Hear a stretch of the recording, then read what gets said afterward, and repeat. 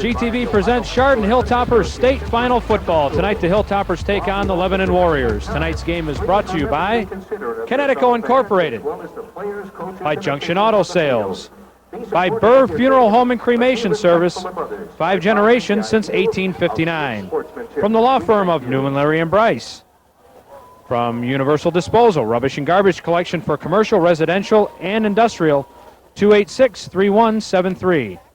By Clemson Excavating, by Chardon Square Auto Body and Max Dugan's Restaurant and Lounge, by Gary's Towing and Service for all your automotive needs, Freeland Associates, Certified Public Accountants, Howder's Lawn and Sport, Honda and Cub Cadet snow throwers are now in stock, by Lawson Ford and Mercury, by Chardon Metal Products, ISO 9002 certified, Diamond Machinery Company in Chardon, 286-4969, Hamden Building Products for all your building needs, Civic & Associates, Certified Public Accountants and Management Consultants, A.J. Goulder Electric Company, Ashtabula, Lake and Geauga County's oldest and largest electrical contractor, Richard's Maple Products, gift packages year-round, call for our free brochure, Air Cleaning Systems Corporation, Clean Air for Business and Industry, 285-3565, Midas Auto Systems, exhaust, brake, suspension, and tires, Sitco, manufacturer of precision diamond and CB tooling,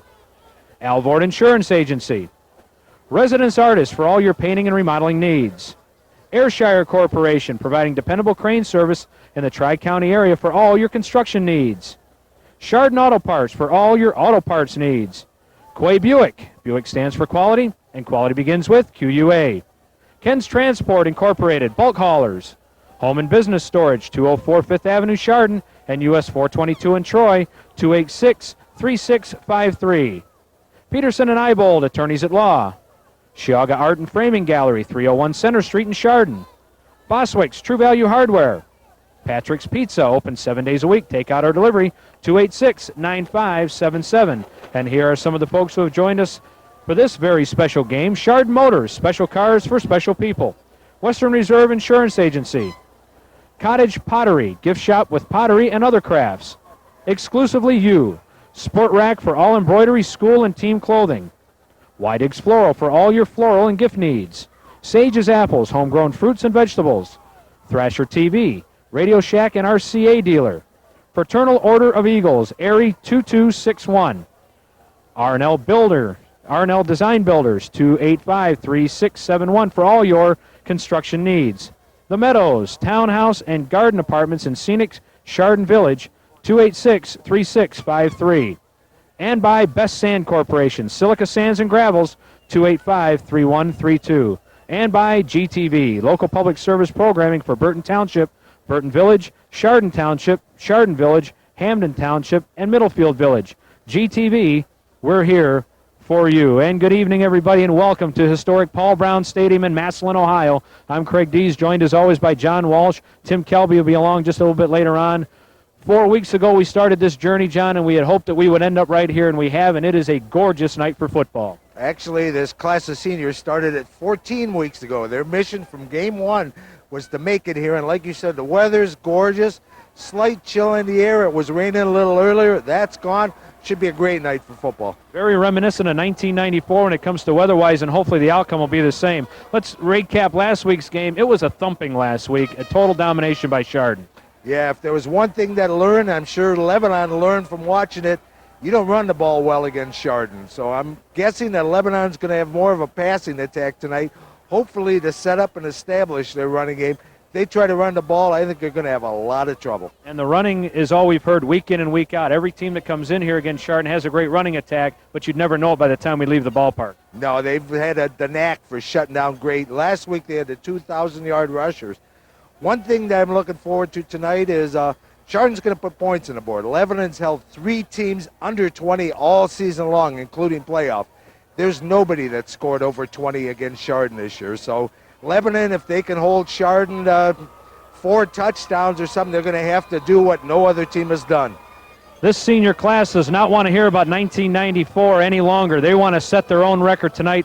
They want to put their name on the trophy that stands in Chardon High School as the state champions, and they're bound and determined to do that. So we'll just have to wait and see, and good luck to the Chardon Hilltoppers this evening. Earlier, Tim had a chance to talk to Bob Doyle. Let's go to that interview right now. Okay, Craig, down here in the sidelines with Chardon coach Bob Doyle in the 21st playoff game for Chardon, and one of the most important ones. Yeah, well, absolutely. You know, what a place to be in December on a Friday night when it's got to be 50 degrees here. I mean, this is phenomenal. What great weather, great crowd. I mean, I can't think of any place I'd rather be right now, I can tell you that. Sure, it certainly is, and the weather's gotten better each of the playoff weeks, hasn't it? Yeah, it is. Very similar to what it was like in 1994. And again, the last game in 94 was almost a shirt sleeve-like night, and you know, very similar, and I'm hoping it's going to be the same way it was in 94. You got an extra hour of sleep this morning? Yeah, I did actually. I slept all the way through till 5:20. So, but it was a normal day. I still had to go in and teach. We weren't as lucky as Lebanon in having the day off, but I think that made the time pass a little faster. Okay, let's get to the football at hand. First of all, coming off the victory over Mayfield, a darn good football game that Chardon played all the way around. Oh, absolutely. I thought it was one of our better games that we had played, especially, you know, since the Dover game. I think we've really been clicking on all cylinders. And, you know, we fumbled, turned the ball over down there close, but even against those good backs, if you're going to leave the ball anywhere, leave it down inside the 10. And I was delighted with our offensive line. And, you know, once again, our kids showed that, you know, adversity isn't anything that frightens them. You know, when we lost our big tackle who started those 13 games, Ben Chuha walked in, and I told people I defy anyone to find me a second-string quarterback in the United States of America that will step in and play offensive tackle and block at over 90%. And I know that you credited him after the game with being one of your main defensive players. Oh, absolutely. You know, and he's accounted for 6 turnovers, and, you know, he's number 1 in his class, and he epitomizes the whole unselfish spirit that we have on this ball club that got us to this game. Injury-wise, what is the situation with Ron Krebs for tonight? I'll tell you what, I watched him walk onto the field when I was doing an earlier interview. Actually, I watched him run onto the field, and I was amazed. I mean, he looks as close to 100% as he could be, and that's a big help for us. He was pretty true to his words then. He said nothing's going to stop him. Yeah, well, you know, we got adrenaline working for us tonight, and I think it's going to be hard to keep anybody out of this game. Okay, as far as Lebanon is concerned tonight, now with Kelton Lindsay and company, it's the same old story. It's like we talked about with Mayfield. They can only run one 1,000-yarder at a time, and you're going to stop them. Right. I know they have 3 1,000-yard runners, but once again, only one of them can carry the ball at once. And, you know, and I don't think that they fake to the extent that our kids fake. You know, we told our kids, you just read your keys and play like you've played all year, and we should be okay. As far as Hewitt, Makar, health-wise, they're okay, ready to go? Yeah, everybody's good. You know, the doctors cleared him, said he's 100% ready to play, and, you know, only time's going to tell. And, you know, unless he takes a real hard hit to the shoulder, he should be fine and be able to play the whole game. Well, hopefully in a couple hours from now, we're talking amongst the many of interviews with a lot of the players celebrating a championship. Best of luck to you tonight, and thanks for letting us in the locker room for the pregame.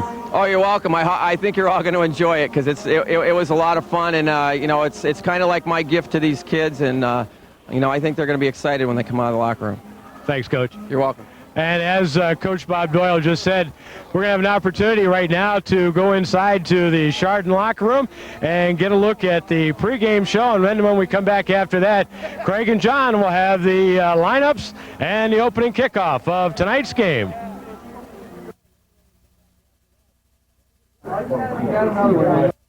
Turn. If you don't put anything into it, you don't get anything out of it. This state championship was bought and paid for a year ago. And I've told you this many times. You wouldn't let anybody come into your house and steal your most prized possession. The state title's yours, boys. It's yours to lose. It's yours. And this is what it's all about right here.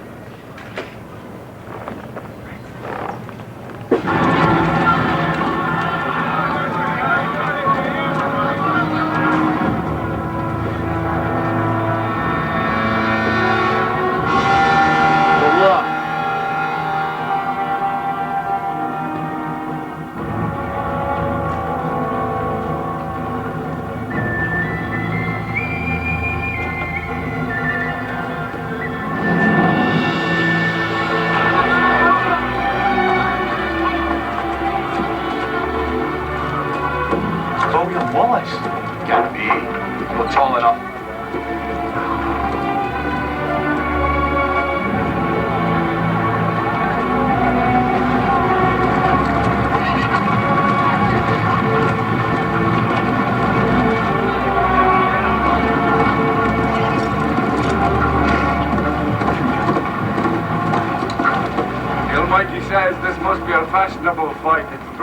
finest people. Where is thy salute for presenting yourselves on this battlefield? I give you thanks. This is our army. To join it, you give homage. I give homage to Scotland. And if this is your army, why does it go? We didn't come here to fight for them. Oh! The English are too many!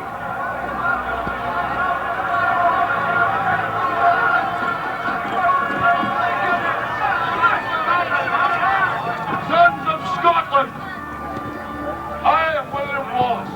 William Wallace is 7 feet tall. Yes, I've heard. Kills men by the hundred. And if he were here, he'd consume the English with fireballs from his eyes and bolts of lightning from his arse. I am William Wallace. And I see a whole army of my countrymen here in defiance of tyranny. You've come to fight as free men. And free men you are. What will you do with that freedom? Will you fight? Against that? No. We will run. And we will live. Aye. Fight and you may die. Run and you'll live. At least a while. And dying in your beds many years from now, would you be willing to trade all the days from this day to that for one chance, just one chance, to come back here and tell our enemies that they may take our lives, but they'll never take our freedom? I am a Chardon hilltopper, sons of the red and black. I am a Chardon hilltopper, and I see a whole army of my countrymen here in quest of a state title. You've come to fight as champions, and champions you are.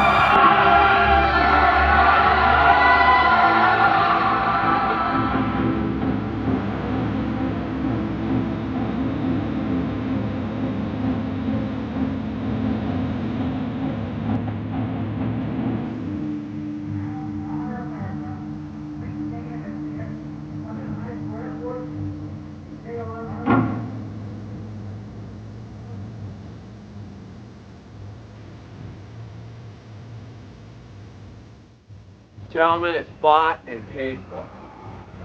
I've told you this many times. This is to remind you what you paid. There is not a team in the state of Ohio, maybe in the United States of America, that does what you guys do to get ready to play. They think they do, but we have the proof. It's yours, gentlemen. It's bought and paid for. And the stake is in the ground. The dog soldiers. Here's your stake, boys. It's right here. It's your state title. They defended the stake until they died. You defend the stake until you puke. It's yours. Yours. There you leave absolutely every bit of energy that you have out on that field. Because for some of you, it's the last time ever. You bought and paid for this unlike anybody ever has. And gentlemen, it's yours. It is absolutely 100% yours. And the stake's here, baby. Defend it. You defend it like a dog soldier, and it's going to be one of the greatest nights of your lives. Gentlemen, it's been a great year. Go out, enjoy tonight. Play like Hilltoppers. Gentlemen, you got 2 minutes, and then outside my go. Woo!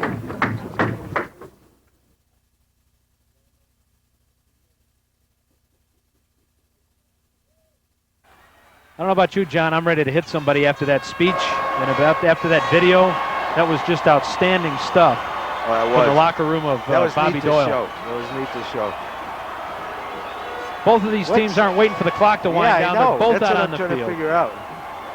Welcome to the state finals, everybody. This is what we've been hoping for all year. We haven't been back here since 1994, and that was a heck of a night, and we're anticipating much of the same. A very loose, a very confident Chardon team, I think. I don't think cocky to the sense of they're overlooking anybody, because you don't do it at this point, but I think truly understanding how good they are, and all they got to do is do what they do week in and week out, and they'll be fine. Especially the last 2 weeks of the playoffs here. If they play like that, there isn't a team, and like Coach Doyle was saying in his pregame, there's no one in the state or country that could play with that defense. They've just been absolutely superb. This is the matchup they wanted. Lebanon wants their offense on the field. They're going to be receiving the kick. Chardon wants to go with their D. So theoretically, we're going to get an early matchup of strength against strength here of these two squads. Unusual to see Chardon in the visiting white uniforms tonight, but I don't think it'll matter.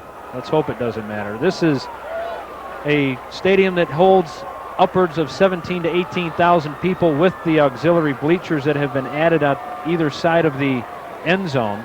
And the Chardon side is looking like it's filling up, all except for the corners. About 3,600 seats were sold this week at Chardon High School and the local businesses in the community. And, of course, that's not to mention the people that just decided to drive down to get the tickets here tonight. Before we do get the kickoff, let's go down to the field now. And here's Tim Kelby. Tim?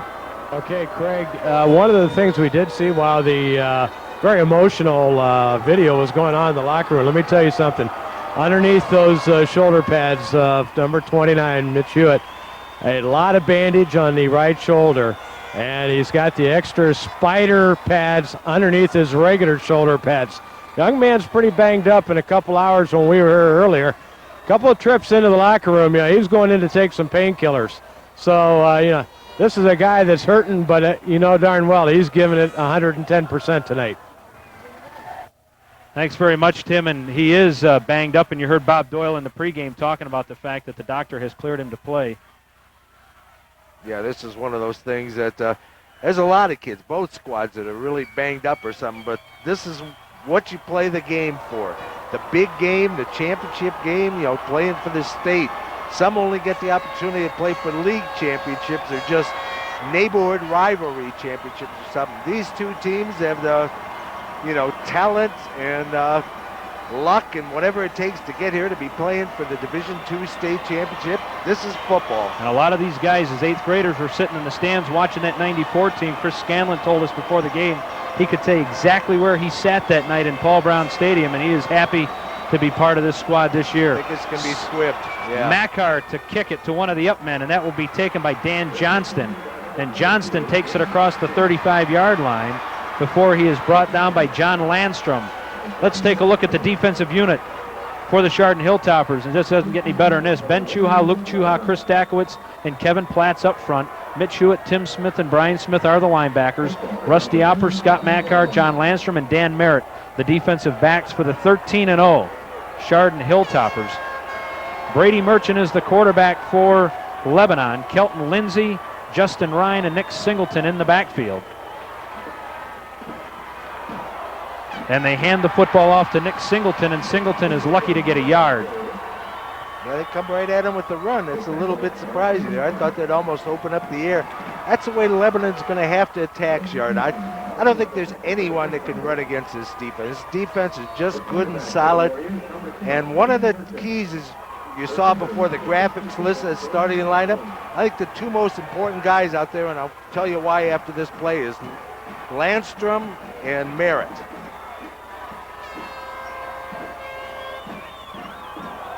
Merchant, quick hitter, Justin Runyon, nothing. Lost the yard. Back to the original line of scrimmage. That'll bring up a 3rd down and 10. Yeah. Chris Dakowitz on the tackle for the Toppers. Yeah, it's looking like that they're going to try to run the ball, but it's just not going to do. There's been some great running teams, and you just can't run against these guys. You can see they just stuff up in the holes there, get in the middle, and just drive them backwards. Getting back to the Landstrom and Merritt, I think the importance is they got to contain their guys so the up front guys can get to the quarterback if they do go to the air. So I think their coverage is very important if they do go to the air attack by Lebanon. 3rd down and 9, and that's what they do. Merchant to throw, fires off his back foot, intercepted almost by Rusty Opper. Rusty had it and lost it, but went well high in the sky to bring that one down. But a 4th down and a punting situation for the Warriors. And the crowd on the far side comes to their feet. Yeah, that was just excellent coverage. They started to get at the pressure. You see Luke Chua coming in the middle, jumping, trying to get it. They just had the receivers blanketed there. Good, excellent coverage. The reason why I think it's going to be Landstrom and Merritt is I think if you watch the game field, you're not going to throw at the Chardon corners. You definitely don't want to throw at Makar. He's an excellent coverage man, and Opper is as well at the other cornerback. Stevens with a boomer. Makar with a fair catch taken at the 29-yard line, and that's where the Toppers take over. 1st down and 10. Let's look at the offensive unit for the Chardon Hilltoppers. Up front, the offensive line has done a great job. Rob Krebs, who is back in the action tonight, Chris Dakowitz, Kyle Kaplan, Bob Kramer, and Mark Burr. The tight end is Kevin Platts.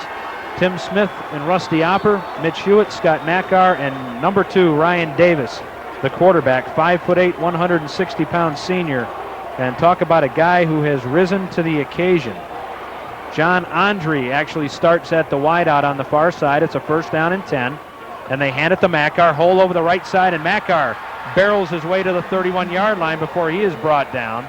So he will pick up about 6. Someone kicked out a shoe there. I don't know who it came off of. Makar. Makar lost his shoe. Opened up a nice lane on that left side. You watch, you got the pulling guards out there. Oh, beautiful lead block by Dakowitz there. He just pulled outside, took his guy, and just kicked him out, followed with him, and allowed Makar to get that good gain on that. As Chardon comes right at this defense, which theoretically is somewhat weak. And this is exactly what Chardon wants. Shorter plays, drive the ball, keep it away from that Lebanon offense. Smith goes in motion. It's a 2nd down and 7. Mitch Hewitt got tripped up behind the line of scrimmage. Tackle made by Nick Singleton. Mitch doesn't get much. The Lebanon Warriors come in at 12-1. They beat Salina last week 70-43. Coach Brosh in the paper was quoted saying it was a 24 garbage points at the end. That's a lot of garbage points. I'm sorry. Yeah, that's a lot. And I'll tell you one thing, a contradictory one to that. There was a quote in the paper about him where he was asked if they ran up the score. He says, no, we got capable reserves. Those two statements together don't jive. 3rd down and now 4. It's Makar again. Behind some blockers, turns, gets the 1st down, and then some before he is dragged out of bounds. Nathan Mobile on the tackle along with Kelton Lindsay, and a flag flies. I think a little too aggressive. He had him pushed out of bounds and just kind of kept his arm and whipped him out a little bit, I think. I think there might be a personal foul against Lebanon there. Excellent lead block again by the pulling guard Kramer. Picked him up out there, just froze his guy Makar, cut it outside of him, gained an extra 4 or 5 yards. We'll see if that was a personal foul again. No, it's against Chardon. Nope. Have to see what happened in the out of bounds there. Watch, see if he pick up number 50. There's Kramer's block. Right there, freezes his guy enough for Makar to get the outside lane on him. I think they called Scott for hanging onto the face mask maybe, huh? Yep, that's what they did. They called it on Makar. They'll shove it all the way back to the 21-yard line. The Toppers need to get to the 40 for a first down, so that'll make it 3rd down and 19. I think it was just a stiff arm he laid there and just kind of kept it on his mat. I really couldn't see even on the replay whether he had a hand on the mask or not. But I assume the referee was right in position, so he must have. Now some officials are conversing on the far side. Referee is in concurrence with whatever the linesman told him. And now we'll re-rack it and start it up again. So 3rd down and 19.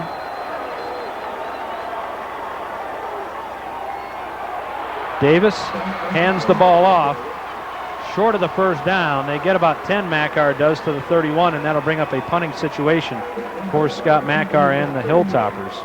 As we said, they won 70-43 last week. They've scored, this is Lebanon, 49 and 38, as well as that 70 in the playoffs. Not too shabby. No, they've been putting a lot of points on the board all season long. I think their average is like 52 yards or something. But at least Chardon's defense took hold there. Their offense was moving the ball. Unfortunately, the costly penalty kind of froze them. Good hang time on that one. Excellent. Taken by Nick Singleton. Singleton tries the outside. Now he's going to backtrack. Flags are flying as he is grabbed from behind and finally brought down. Brian Smith was the first one to get him there, but we've got some laundry on the field right now. And it may be holding or clipping or something in there. Yeah, I'm not sure if that one, it was early, but the flag came out later. I thought he might have got a little behind him. We'll have to see if we get that on a replay, see what the referee's calling it. Clip. Did they call it a clip? Yep. I don't know if that was that earlier one. It should be coming up here right there. I don't think he got in front of him at all. He hit him from behind. But the flag was real late coming, so I'm not sure if that was the one or if it was the one after that we couldn't see. But that one did look like a clip occurred right there, so that's a nice break for Chardon here, pinning them back in the hole. Lebanon Warriors are in the Fort Ancient Valley Conference, which they won this year, obviously. They are down in the southwestern part of the state. Down just, what, a little bit, roughly Kings Island neighborhood, yeah. Isn't it? Isn't that roughly where you would place them geographically? Yep. They have never won a state championship. They have been state runners-up once back in 1980 and made it to the semifinals this year, last year, and in 1980, obviously, because they won it. 1st down and 10. They run the option. Merchant flips it back to Kelton Lindsay. Lindsay, who will be headed for Ohio State. Boy, that was a dangerous little flip. He kind of flipped that behind him a little bit. Watch the replay on this one. Watch when Merchant releases that ball. He's actually turned around, and yeah, that's a dangerous little one. Be in the possession of a receiver like that and throw it out there. He got it there accurately, though. Luke Chuha on the tackle.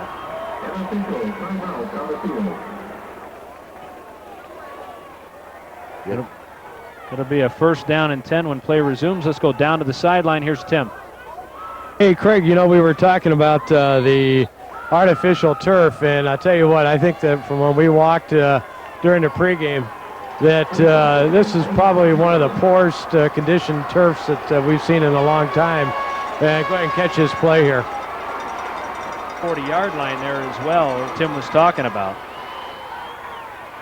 That didn't fool anybody. They tried to fake the quick pitch out to their left, and then the quarterback keeper going out to his right. It was no go on that play. And Kevin Platt's on the tackle. Tim? Nope. All right, we'll just keep it right. But that's what Tim was talking about. That's the kind of, this is a sand-based turf, and there's a lot of dips and a lot of divots. And I've said jokingly that you can trip over the 30-yard line. Well, here you really can, because some of the yard markers are it's above the ground. Rolly in certain parts of this field. 2nd down and 13. They pitch it to Singleton. Singleton tries to get away from Smith, and Makar can't do it. Run out of bounds, and Scott keeps him up on his feet. Doesn't want to get the flag. Nice job there.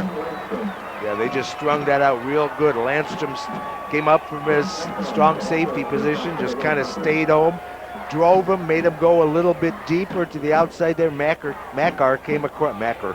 I sound like one of the PA system announcers around here. We're one of the few people that pronounce his names correctly. We better.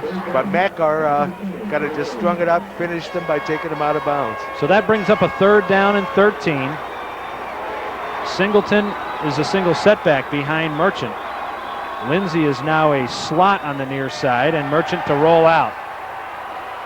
Looking to throw, pass is incomplete. Nice effort by Jason Testerman, but he cannot come up with the football.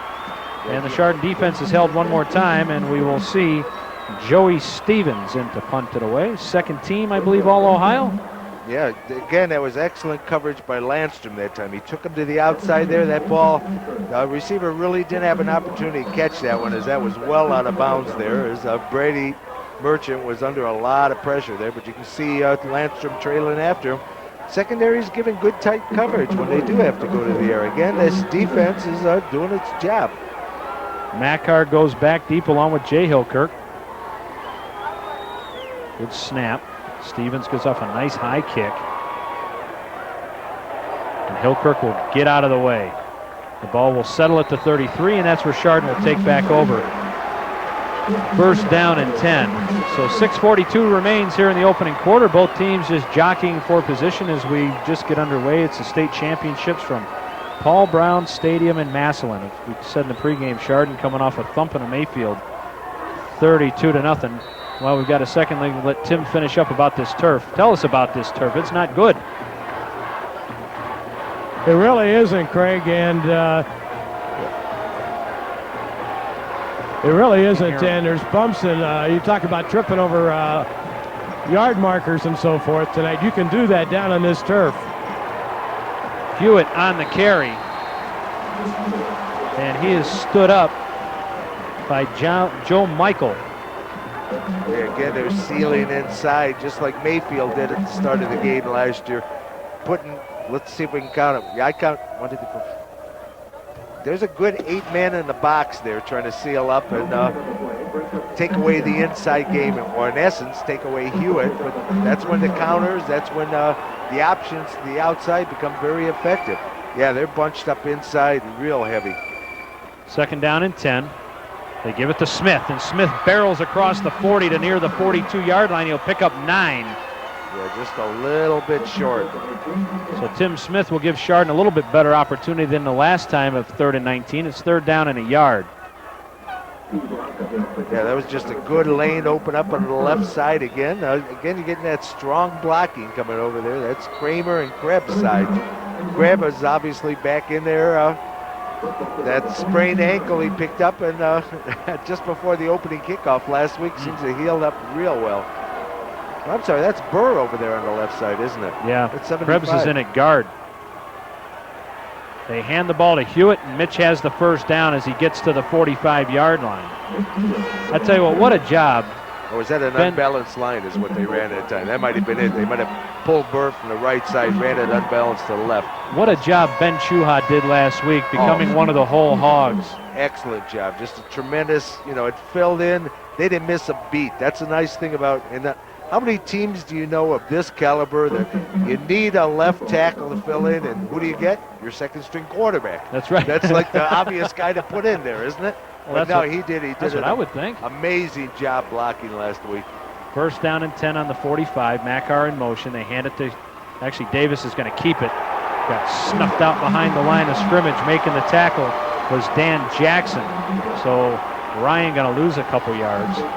Well, I don't know if Ben Chuha's got one of those whole hog t-shirts like you do. Well, but if you read his diary in the Plain Dealer this week, you should have given the kid the t-shirt like I told you, because you didn't even get a mention in his diary, John. I'm sure he's mad at you for that.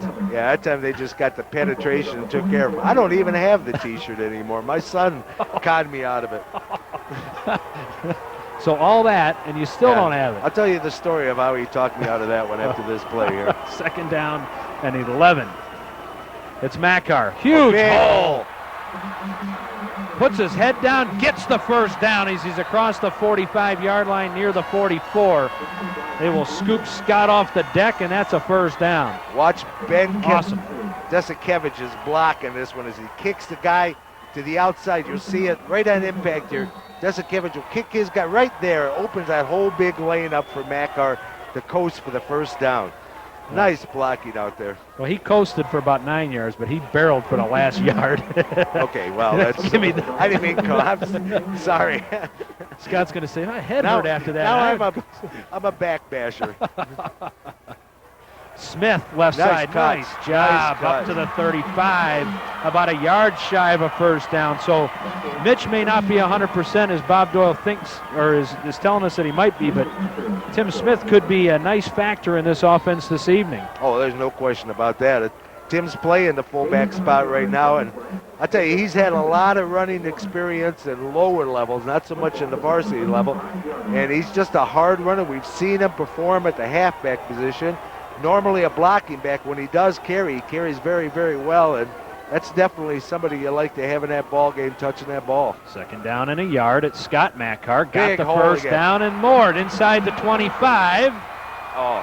Oh, now that was just an excellent case of following your blockers. You watch him. He gets to the line of scrimmage. The hole hasn't quite opened up yet. He'll wait for his blocks to set. Watch this. Watch him like freeze here, waiting to get the block. Waits and then hits it. As soon as it's there, he's got Dakowitz out front in a way. But actually, Dakowitz screens a little bit from the inside, takes a couple guys, even though initially he got in the way a bit. Well, Scott shoved him into Joe Michael and said, get rid of him. That's right. Get him out of my way. First I'll tell down you and who to 10. get. Ball's at the 25-yard line. This is a nice drive they're putting together here. Mitch Hewitt is brought down by Alonzo Jones right at the line of scrimmage. So Mitch finding it a little tough going, but if everybody else runs the way they're running and they key on Mitch the way it is, that's fine. Yeah, you can see here, Mitch, they're just, look at those purple shirts in the middle there. They are bunching it. Again, they got the same defensive scheme that Mayfield had last week. They're going to try to take away that inside game, bunch it, but Chardon's, that's fine, because they've been getting it with the little counters off the tackle holes and stuff, getting good yardage with Smith and Makar out there. Second and 9, it's Smith. Puts his head down, stays on his feet to the 16-yard line, or maybe the 17. Actually, going to spot at the 18. So he'll be about 3 yards shy of a first down. If he keeps his feet, might be in. Yeah, but he did take that low hit because had his balance taken away. That was just a good tackle as he was trying to cut it back into the middle here. Watch him just hit him low. There really wasn't much you could do as far as keeping your balance, but like you said, that's what happens. Hey, back to my whole hog shirt. That you don't I want to longer get have. back. Yeah, my son says, you know, I played 7th, 8th grade at right guard. I should have the whole hog shirt. I says, I don't think so. I'll finish this one again. Smith again. Nice cut. Puts his head, drive. And didn't get the first down. He's going to be about a yard shy. Decision time now for Bob Doyle.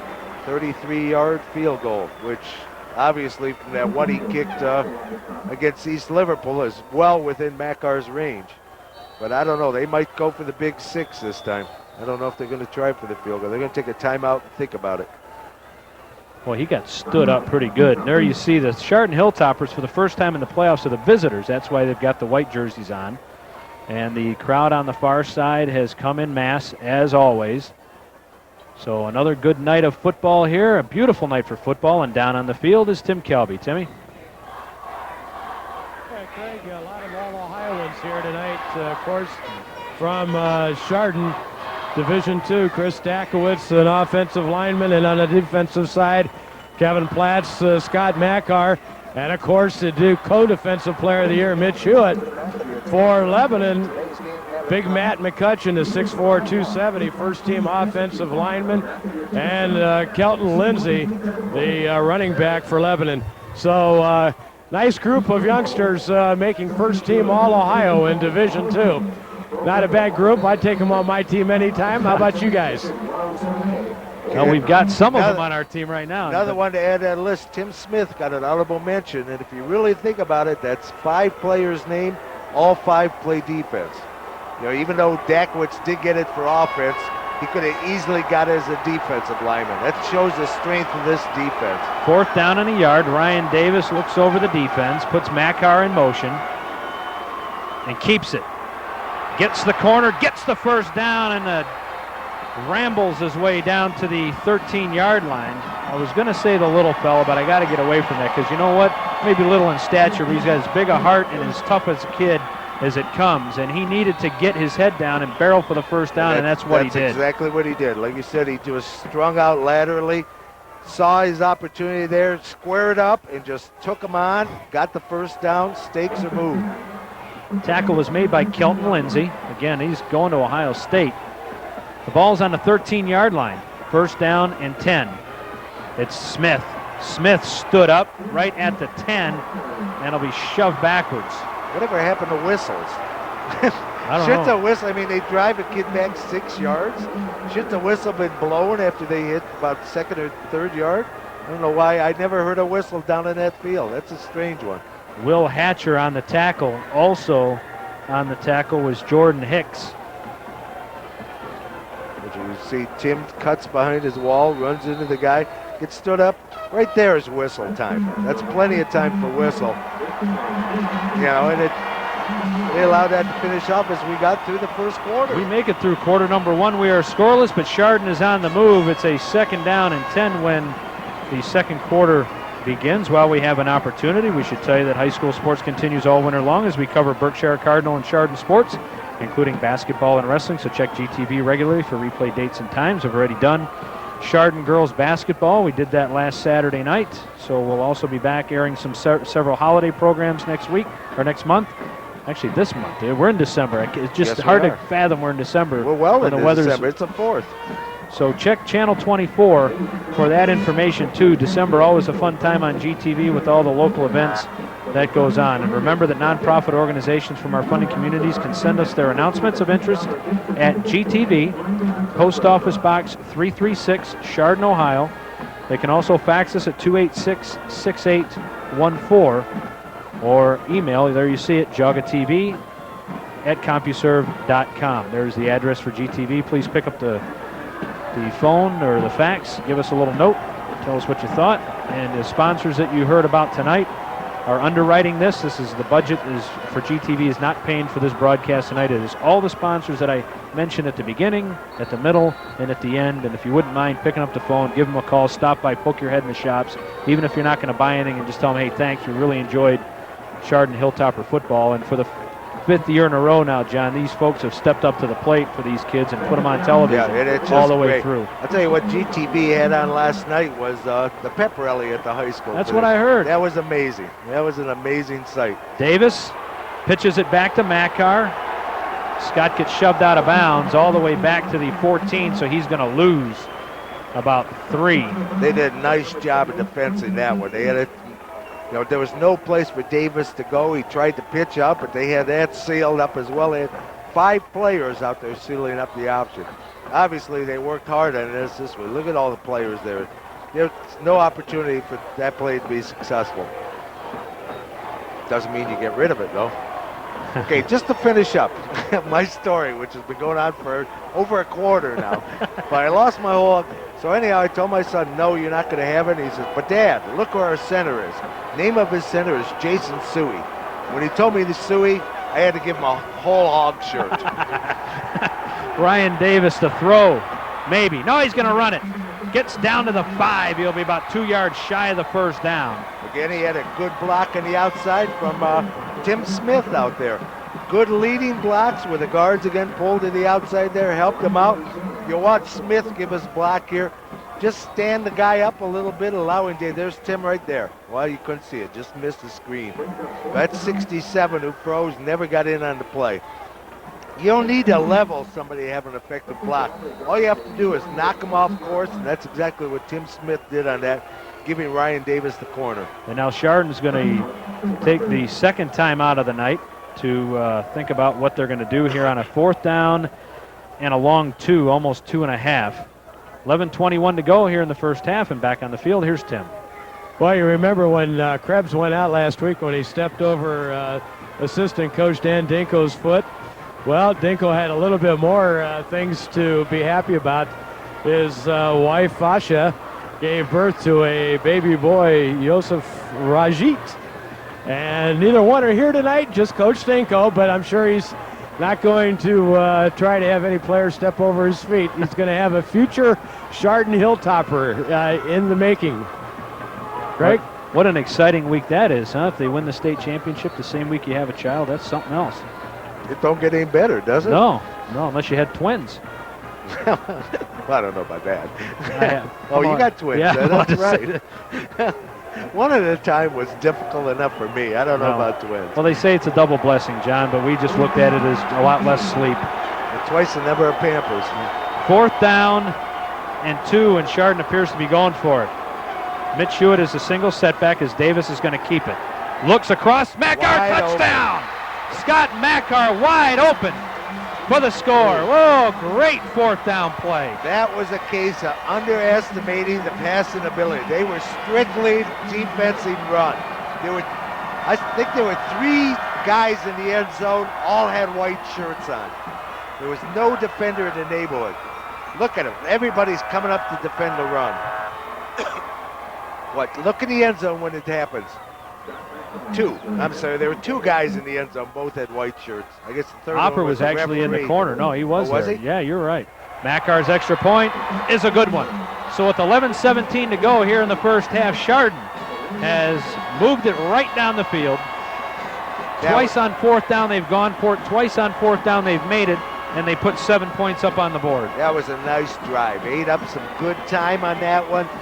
You know, haven't been able to open that inside game up, but that's because of what Lebanon's doing defensively, just jamming them inside the end positions, you know, where they put 9 players in there. You know, they're making it very difficult to run inside. They're taking the slants to the outside, getting the yardage where they can, and that's all you need. Well, the other part of things too, John, is just like you said about the underestimating the passing game. Well, now you're stuffing it up the middle, and all of a sudden you find a wide open receiver. So that's got to put something in the back of their minds as well if you're Lebanon's defense. Oh, yeah. Well, I'm sure at the halftime there's going to be mention of, guys, we can't forget about it and let these guys just flow outside. Because they will pass, and now they got burned enough to realize that they will pass and pass effectively. Lindsey goes back deep along with Johnston, and Scott Mackar will tee it up at the 40-yard line. Yeah, I think we're just going to have, again, that squib kick, because they've had some kicks returned, both on the punt and kickoff teams from this Lebanon squad. Chardon's probably seen that they have fairly dangerous return men. They're not going to give them the opportunity to get the big one. They're going to make them, you know, have a little tough time handling it by handling this squib kid. Feel good about getting the first score, huh? Oh, yeah. Mackard zooms it toward the near side, and it short hops into the hands of Justin Runyon. Then Runyon goes down at the 40-yard line. Chris Scanlon was there on the tackle, along with John Landstrom. John Landstrom again. Yeah, now we see it's back to the defense again. So far they've done an excellent job playing just the way they can. That secondary's got to keep the tight coverage there, and the up front boys will get to them. You know, eventually, again, that conditioning is going to come into play. They're going to be able to get to the quarterback, but early on they're going to need some help with some coverage sacks. Nothing. Oh, jeez. Lindsey goes down, and I really think Merchant wanted to pull the ball back out, but it wouldn't have done him any good because they'd have tackled him also. They could have tackled 2 guys at once if their arms were long enough. Yeah, really don't see much of any chance, but I think Brandy Merchant laid it into his gut, and it was kind of one of those, he trailed along like, God, I'm sorry I gave that to you. I should have just taken that outside. You know, he's looking totally helpless because he just gave it to his teammate, and he just ran into the wall of white shirts. Jason Testerman is split out at the top part of your screen. The full house backfield behind Brady Merchant. Merchant, a 6'5 senior. They pitch it. Lindsey. Good pursuit by Chardon. Platts is there. Hewitt is there. Lindsey worked very hard to get about 2 yards. Oh, I'll tell you who did a good job on that one. It was Rusty Opper coming up from his corner. You'll see he's got the lead blocker. He takes him out, strings the play out. Watch it. He doesn't get in on the play, but he does not let him inside, turns it inside to his teammate, and just does a tremendous job on that. So a gain, well, they only give him a gain of a yard. 3rd down and 9 as the clock ticks under 10 minutes to go here in the first half. Glad you could join us on GTV at Chardon Hilltopper State Final Football. I'm Craig Dees. He's John Walsh. Tim Kelby on the sideline. Merchant to throw across the middle, and almost intercepted. Dan Merritt went high and almost brought it down. That looked like a beautiful pass, and I don't know where Merritt came from. What a sensational effort. That's play at center field. That's exactly what he did as a safety out there. He just played center field, stood at home. Makar had him covered from behind. Merritt just stepped. Boy, he got airborne too. Wow, he got up in the air. Again, that's one of the guys that I said was one of the keys, and he just came up with a big play right there. I'm enjoying watching this second-team All-State punter punt the football. How about you, John? Yeah, he can kick. Punt it like every 3 downs if he wants to. Makar going to take this one at the 20 and calls for the fair catch. So the Hilltoppers have 80 yards ahead of them, but the offense got it in gear on the last series. And they will get the football back in the stands on the far side. Very appreciative of the defense and special teams of Chardon. Yeah, that was an impressive one. Especially coming straight off the touchdown. You know, that's exactly what you want to do, 3 and out. Talking to some of the guys before the game, saying back in '94 when they were in 8th grade, they honestly believed down deep after the great seasons they had in 7th and 8th grade that they would be playing here at one point. I mean, I think they were hoping they'd be here more than once. But their senior year, they knew that they had an opportunity, and what a job they have done. Yeah, it's been a tremendous team to follow all season long. Mitch Hewitt moves his way to the 23, so Mitch again with another couple of tough yards.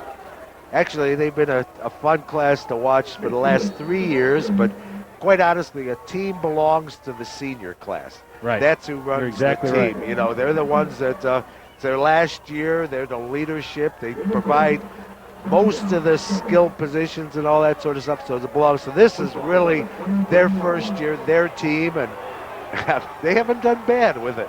Haven't done bad at all. 2nd down and 7.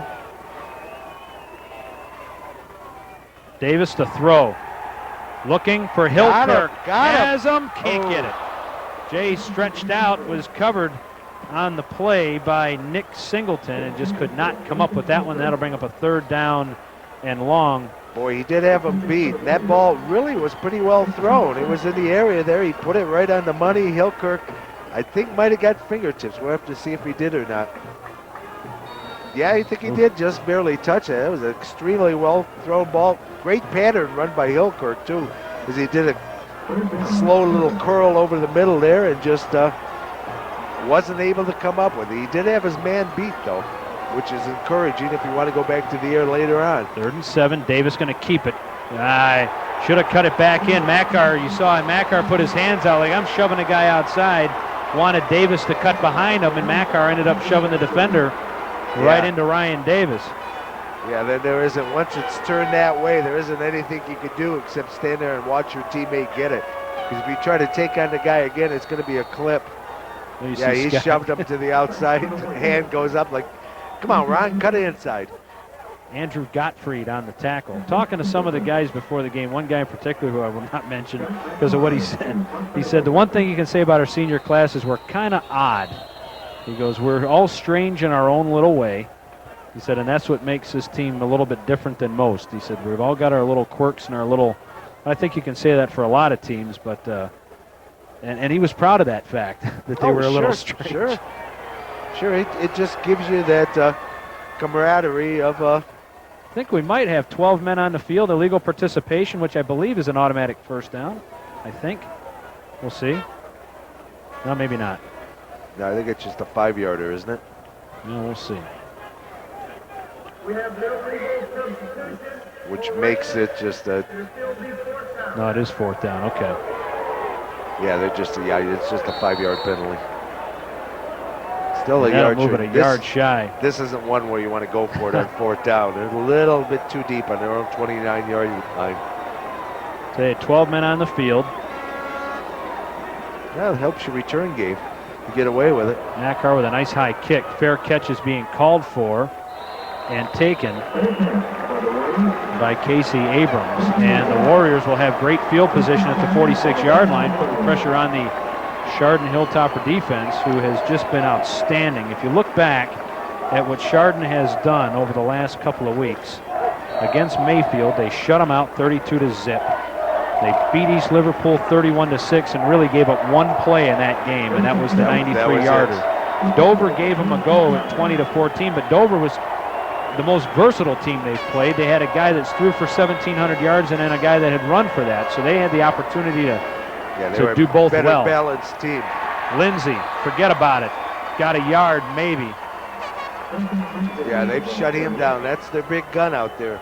Lindsey's heading to Ohio State, and so far he hasn't been able. They talk about his instant acceleration or something, but if there's no opening for you, it doesn't matter how much you accelerate. You know, you can't run through flesh. Well, the acceleration just means you hit the tackler faster. That's all. Yeah, I suppose. You gain him a yard. Get knocked backwards quicker. 2nd down and 9. The run is over before you know it because I'm just that fast off the draw. Merchant to throw, steps up, whacked as he throws, passes complete to Alonzo Jones. Jones into the open field. Look at the big guy rumble. Macar trying to get him, and Jones is into the end zone for a touchdown. And that will be a 53-yard touchdown pass from Brady Merchant to Alonzo Jones. Boy, that's... God, how big is Alonzo? 6'4", 269. He rumbled. He really rumbled there. That's just incredible. That was one of those, found that nice little open seam, got it to him. He cut it to the outside there and just rambled in for 6. That's a big target. Josh Aldridge to attempt the point after. Josh knocks it out of the ballpark, and it's good. So at the 7:09 mark here in the first half, Lebanon has answered on a 2-play drive, a 53-yard run or catch and run by Alonzo Jones from Brady Merchant, and it is 7-0. Okay, here you're going to see this. I'm not sure who came up, but he put a move on somebody and just rambled it down. Look at the hit Merchant takes after that one, though. Pulls it right there. Who's Rusty. That? Rusty Opper. He kind of just blows by, and look, Opper can't catch him. You know, he's a big boy, but he's got some speed too. Makes the dive, but it's just a little bit late. But I'll tell you one thing that we're going to keep an eye on. Did you see that extra point? Yeah. He had some leg into that one. Yeah, he did. So we're not exactly sure, since we didn't get any information from Lebanon. We're not sure what his range is, but it looks like it could be significant, and hopefully that doesn't come into play later on in the game, but do file that away. It looks like they can kick a long field goal. Alonzo Jones and Brady Merchant hooked up last week. Merchant hit him for a 22-yard touchdown strike in that 70-point run they had last week. So Josh Eldridge with a high end over ender. That is taken by Hillkirk. Squirts through a hole. Jason is up to the 42-yard line. That's a good up man to kick it to, because Hillkirk returns the punts a lot of times for the Hilltoppers. You know, so he's used to receiving kicks and taking off with them. That's a good guy to have as an up man up there. Well, you went from drilling an extra point out of the ballpark to a little fly ball to left on the kickoff. Now, I'm sure that was by design, but that was... Yeah, I think that's... So we still don't really know what kind of leg he has. Rusty Opper checks into the game to bring in the play. 7 minutes, 4 seconds remain here in the first half. We are tied at 7 apiece. Well, hopefully for the Hilltopper defense, that's the big play of the night that they give up, and that's all. They got 10 guys inside. Look at that.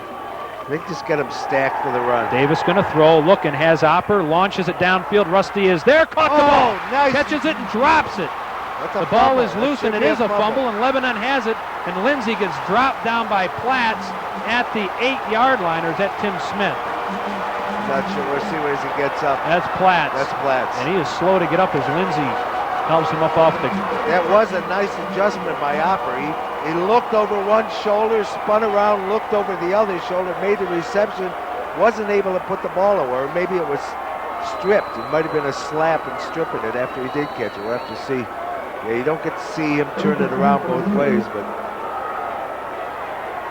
yeah, I don't think he ever got that ball put away solidly. The ball just sat on the 15-yard line until Lindsey came and picked it up. Merchant under center. Oops. Flags fly. Let's go back to the 5-yard line. Or actually, that's out at the 13. Luke Chuha came rumbling through, but he was coerced offside. There you go, first down and 15 now. They'll march it back to the 7-yard line. That's a nice place to keep them. Now, if they can keep them pinned up here, it'd almost be like completing a nice little pass play. Yep. Because they're going to get a big exchange on this one. Mike Williams into the game, number 2 for Lebanon.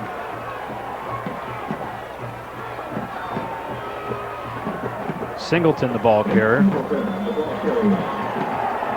Yeah, you can see at the start of that play, Landstrom was out on that left side with that tackle pulled up. He was doing a little stamping the foot, trying to get him to draw again. Ooh, we got a little unhappiness from the Lebanon group down here. See the whole pile of Chardon players, but again, there's no whistle. Lebanon gets a little upset by that. Get upset at the referees. Tell them to blow the whistles. Chardon's not doing anything but driving them back. Runyon back into the game as the up back. 2nd down and 12. Counter play. This is Singleton again. That time, forget about it. Smith is there. Both Smiths are there. And Platts. Yep, Kevin Platts. is there also. 2 Smiths and the Platts. Yeah, they kind of sealed that up. I couldn't see. Somebody just shot in at probably Tim Smith. Yeah, that was Tim. Actually, that was pretty much a solo tackle on the replay. The other guys just kind of helped covering it or something, but I think that's a solo tackle. Didn't get the numbers from last week, but I'm sure after tonight, Tim Smith is going to be the playoff career leader in tackles made. And he hasn't played as many playoff games as a lot of the players did. The delay. Oh. Forget it. Might have got back to the line of scrimmage. Lindsey on the carry. And he is brought down by Kevin Platts. Yeah, Kevin has Tim Smith tonight. again knifing in there, getting an initial hit on that. They didn't delay at all. You see Tim getting the arm on him right there. Kevin finishing it off for him. Oddly enough, the one that Tim Smith's taking the career playoff tackle lead from is brother of Kevin Platts, Scott Platts. Yes, Mercyhurst College. He played for the '94 state championship team. 4th down and 15. Love watching this guy punt. Is that in the air or what? Oh, that'll bring rain. That was well above our heads. Fair catches it at the 46. Great field position for the Hilltoppers with 4 minutes and 40 seconds to go here in the first half. Plenty of time to get down the field. Again, that defense, they did have the one play to the tight end. Short of that, they've been playing solid defense. Yes, tonight. they have. Speaking of solid, let's go down to the field. Here's Tim. Pretty. How about that punt there, Craig? But I wanted to ask you there after that last loss there, was that a flat splat as he was talked about in a column by Ben Chua in the Plain Dealer this week? And he mentioned a few of us too, didn't he? Yes, he did. And I'm not sure if that was a splats. Hewitt, right side, picks up just a couple of yards. Kevin doesn't like that, but his teammates love it because they give him the business about this. Anything you can antagonize your friends with is just great. That's exactly right. 2nd down and 8 will await the Hilltoppers. And 4 minutes and 19 seconds remain. John Andre comes into the game for Chardon. James. Oh, I'm sorry. Yes, Mother Ellen and Father David would get upset with. I have to correct you.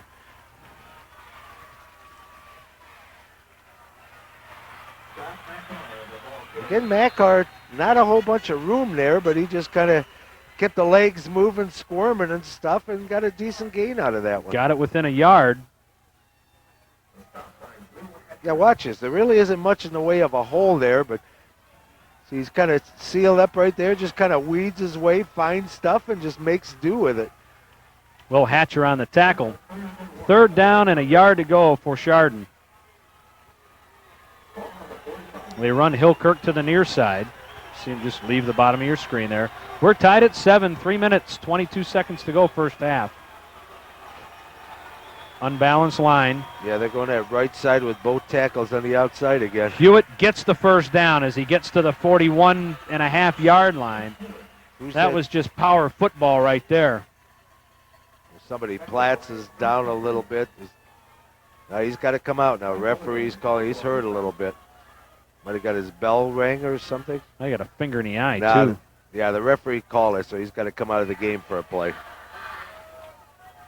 Sure, we're going to have Ben Chuha coming in at the tight end position. Well, there's Ben right there. Yeah, he might. Actually, they're pointing to the turf like he might have lost the contact, or he is I think that's bleeding what it or is. something. Contact? I don't know. Yeah, he's messing around. Yeah, I think he did lose the contact. Now, does he have to come out? Well, actually, the referee did call this time. Is that, or is his nose bleeding? His nose might be bleeding. Tim? Yeah, his nose is bleeding. You just heard it from one of the trainers out there.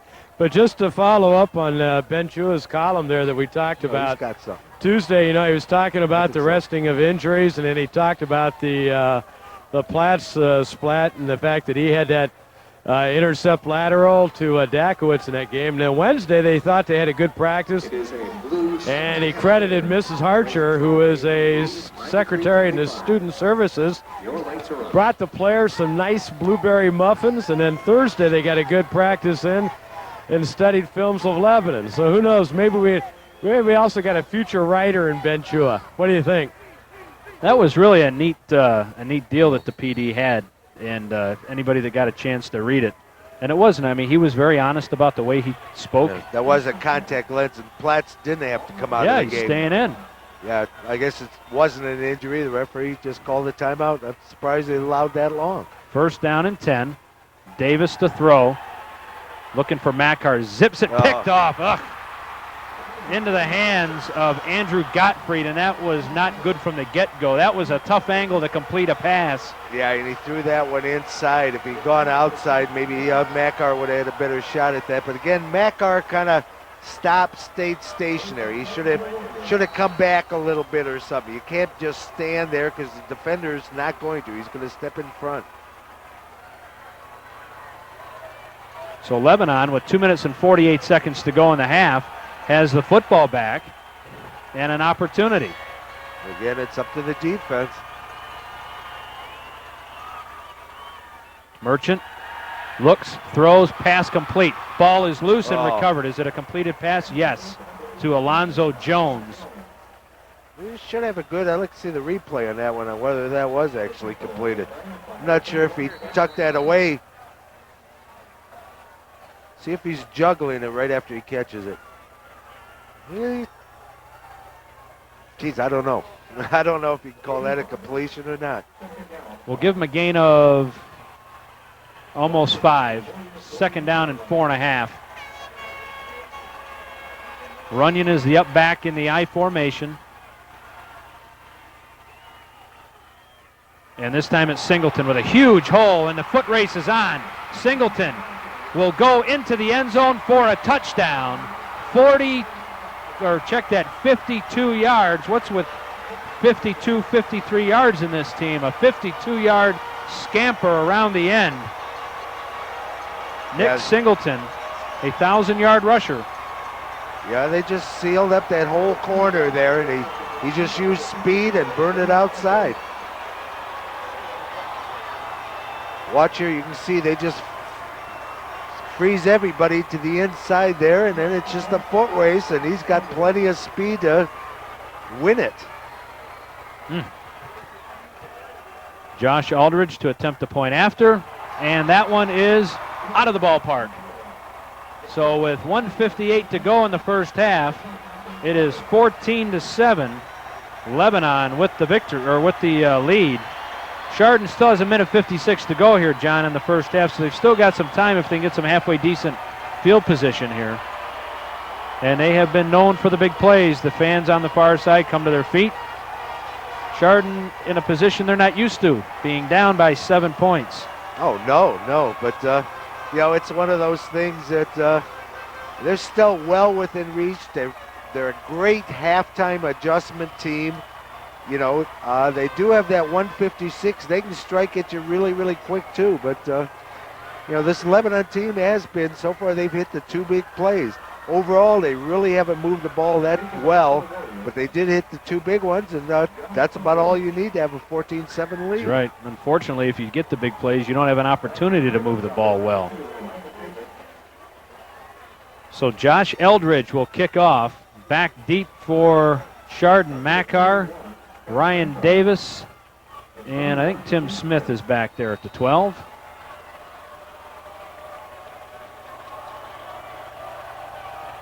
Another short kick to the sideline. Hillkirk will take it at the 22. And won't get anywhere. Gets to the 24-yard line. He is brought down by Mike Williams. And Chardon will have a long way to go, 76 yards to be exact, in order to tie this ball game up. Chardon will get the football back to start the second half, but they'd like to at least get into Scott Makar field goal range here. Oh, yeah. Obviously, you'd like the 6, but if you can get another 3 out of it, that's just excellent. It's time to dig in like Braveheart, I would say. Yep. The crowd below, very loud. Makar will split wide to the far side, one-on-one coverage against Nick Singleton. Davis is whacked from behind. Jordan Hicks, a 6'4", 229-pound junior, knocked Ryan to the ground for a loss of a yard. Yeah, that was just good coverage down there. Ryan really had nobody to find. He finally tried to make something of it, but they had Makar going on a fly out to the left side there, and they just had him blanketed. It was a good decision. You don't want to throw the ball up and give Lebanon an opportunity to try to get more points out of this. Chardon has 1 timeout left. Lebanon has all 3. 1 minute and 15 seconds remain here in the first half, and Chardon trails it 14-7. Davis on the delay to Hewitt with a nice hole on the right side, and Mitch showing some speed before he is flung out of bounds at the 49-yard line right below us. So Mitch Hewitt gives Chardon some breathing room, and the good news is he went out of bounds, and that'll stop the clock with 1 minute and 3 seconds to go. Yeah, another one of those, and you'll be starting to knock on Makar's field goal range.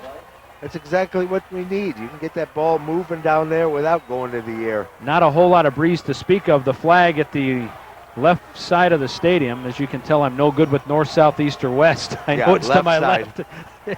Is not doing a whole lot. I'm sorry. That's a big flag, though. I'm lucky I got here. A 50-mile-an-hour wind couldn't lift that flag. That's a huge flag. The delay again. It's Hewitt. Tries to pick his spot, and again it's Jordan Hicks on the tackle, only good for a gain of 2. Clock is now under a minute, down to 53 seconds. Chardon not showing a whole lot of urgency here, getting into the huddle or getting back to the line of scrimmage. Yeah, it looks like I see Dakowitz out there kind of clenching his fists. I don't know if he missed the block or what, but he seems kind of upset with himself out there. There's still 38 seconds and counting, and again Chardon just kind of poking along here. Well, might try to hit the one big one, then take their timeout. It's kind of one of those, if it's not going to happen, why save the time?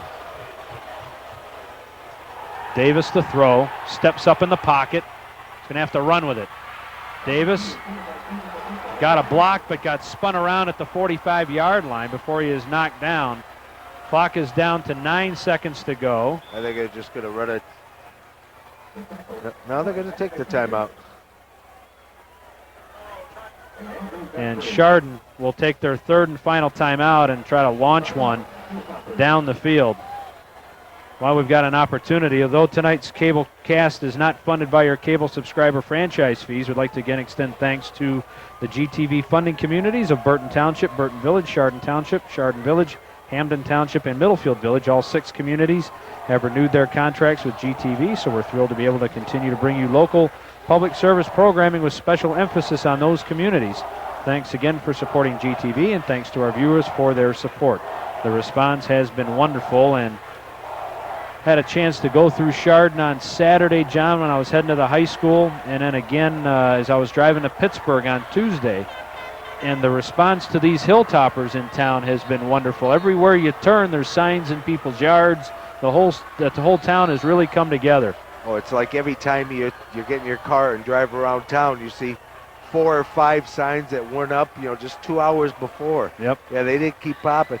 tell you what's kind of neat. They had the whole junior high emptied out on the North Street there when the team was on its way to Massillon. The buses went through, junior high kids going crazy at them. That was kind of a nice touch. That is neat. 3rd and 5. Davis going to throw it up for Makar, and the ball is picked off by Lindsay with 3 seconds to go. That play took 3 seconds from the snap to 5 seconds. There was 8 seconds on the was clock. it 8? Yeah. Oh, I thought it was 6. So there's 3 seconds remaining. Davis just didn't get any oomph on this thing. 7. Well, this is slower than real action. I was trying to count it a little bit. It just seems like more of that clock. It should have been halftime. But I think Lebanon's going to be really, really happy here. They're bunched up for the knee. They're just going to take a knee here. Unless they got some trick knee play. So that'll do it. We have played 1 half of football here at Paul Brown Stadium in Massillon. And the Hilltoppers find themselves in an unusual position. They trail by a score of 14-7. Before we have the Chardon Hilltopper Marching Band, we should tell you that tonight's game is being brought to you by Connecticut Incorporated.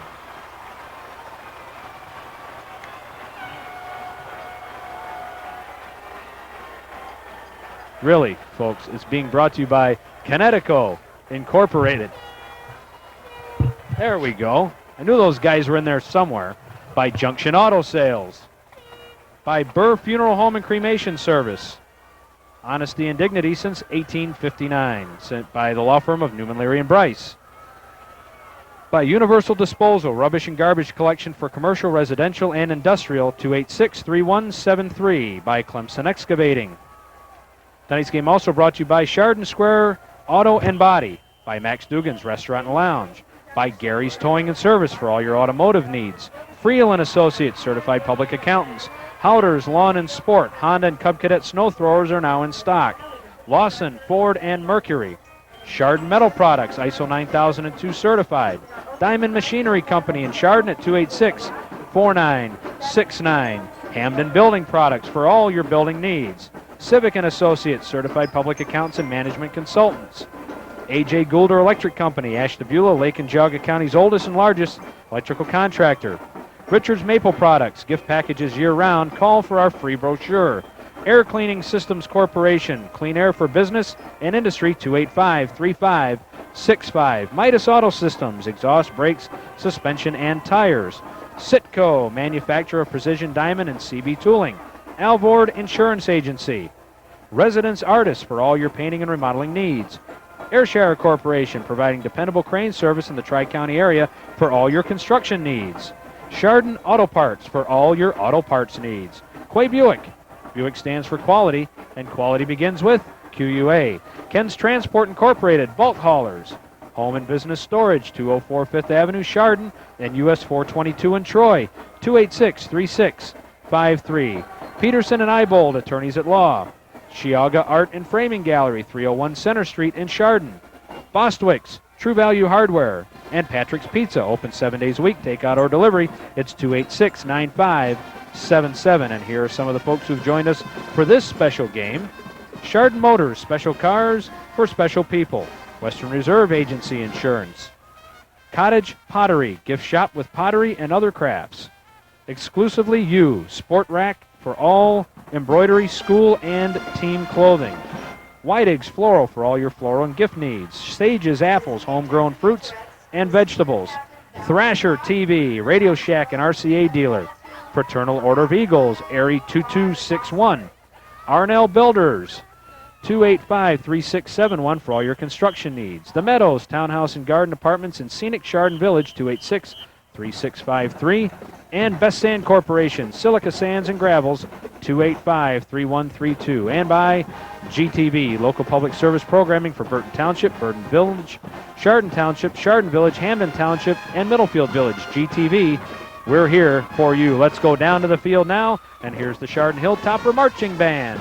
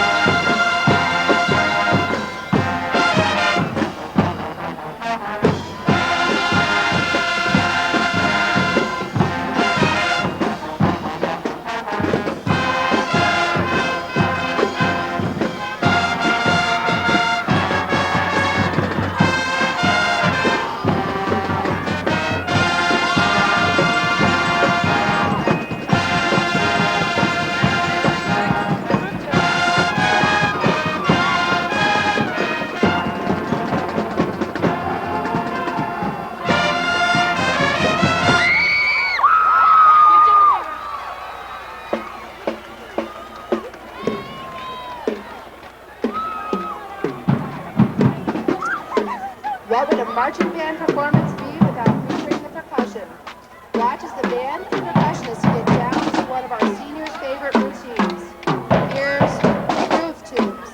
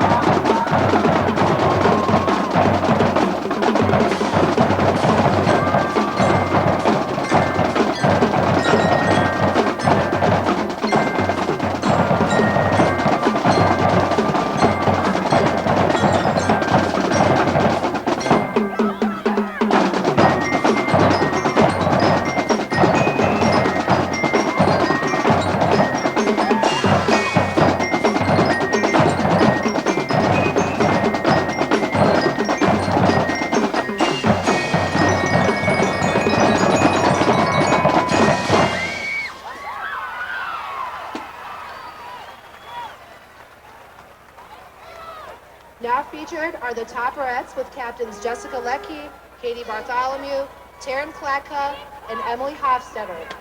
Here are the Topperettes in Walkin' on the Sun by Smash Mouth.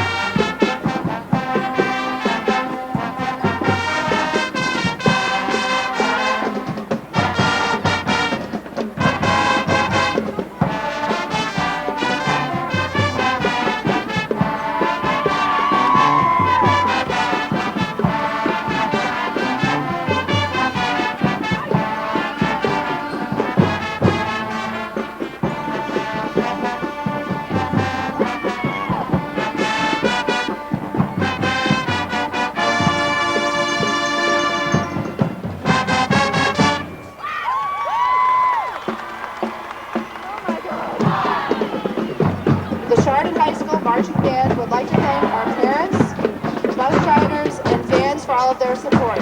They would also like to thank the Board of Education for their brand new raincoats and the Crescendo Club for their new uniforms. We would also like to thank Mrs. Janovich for all of her volunteering and encouragement this year. Also, thanks to Mr. Iannelli and the Lebanon Band, we wish you a good performance.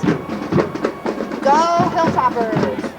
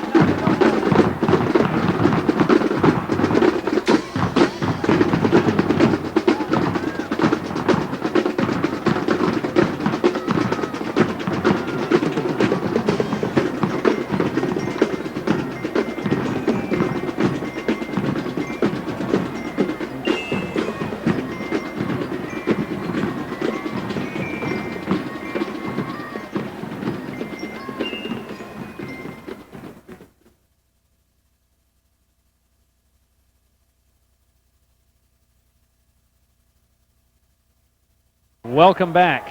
Hope you enjoyed the Chardon Hilltopper Marching Band. Another fine performance, their final performance of the year as well. It's been great to have them along all season with us as well.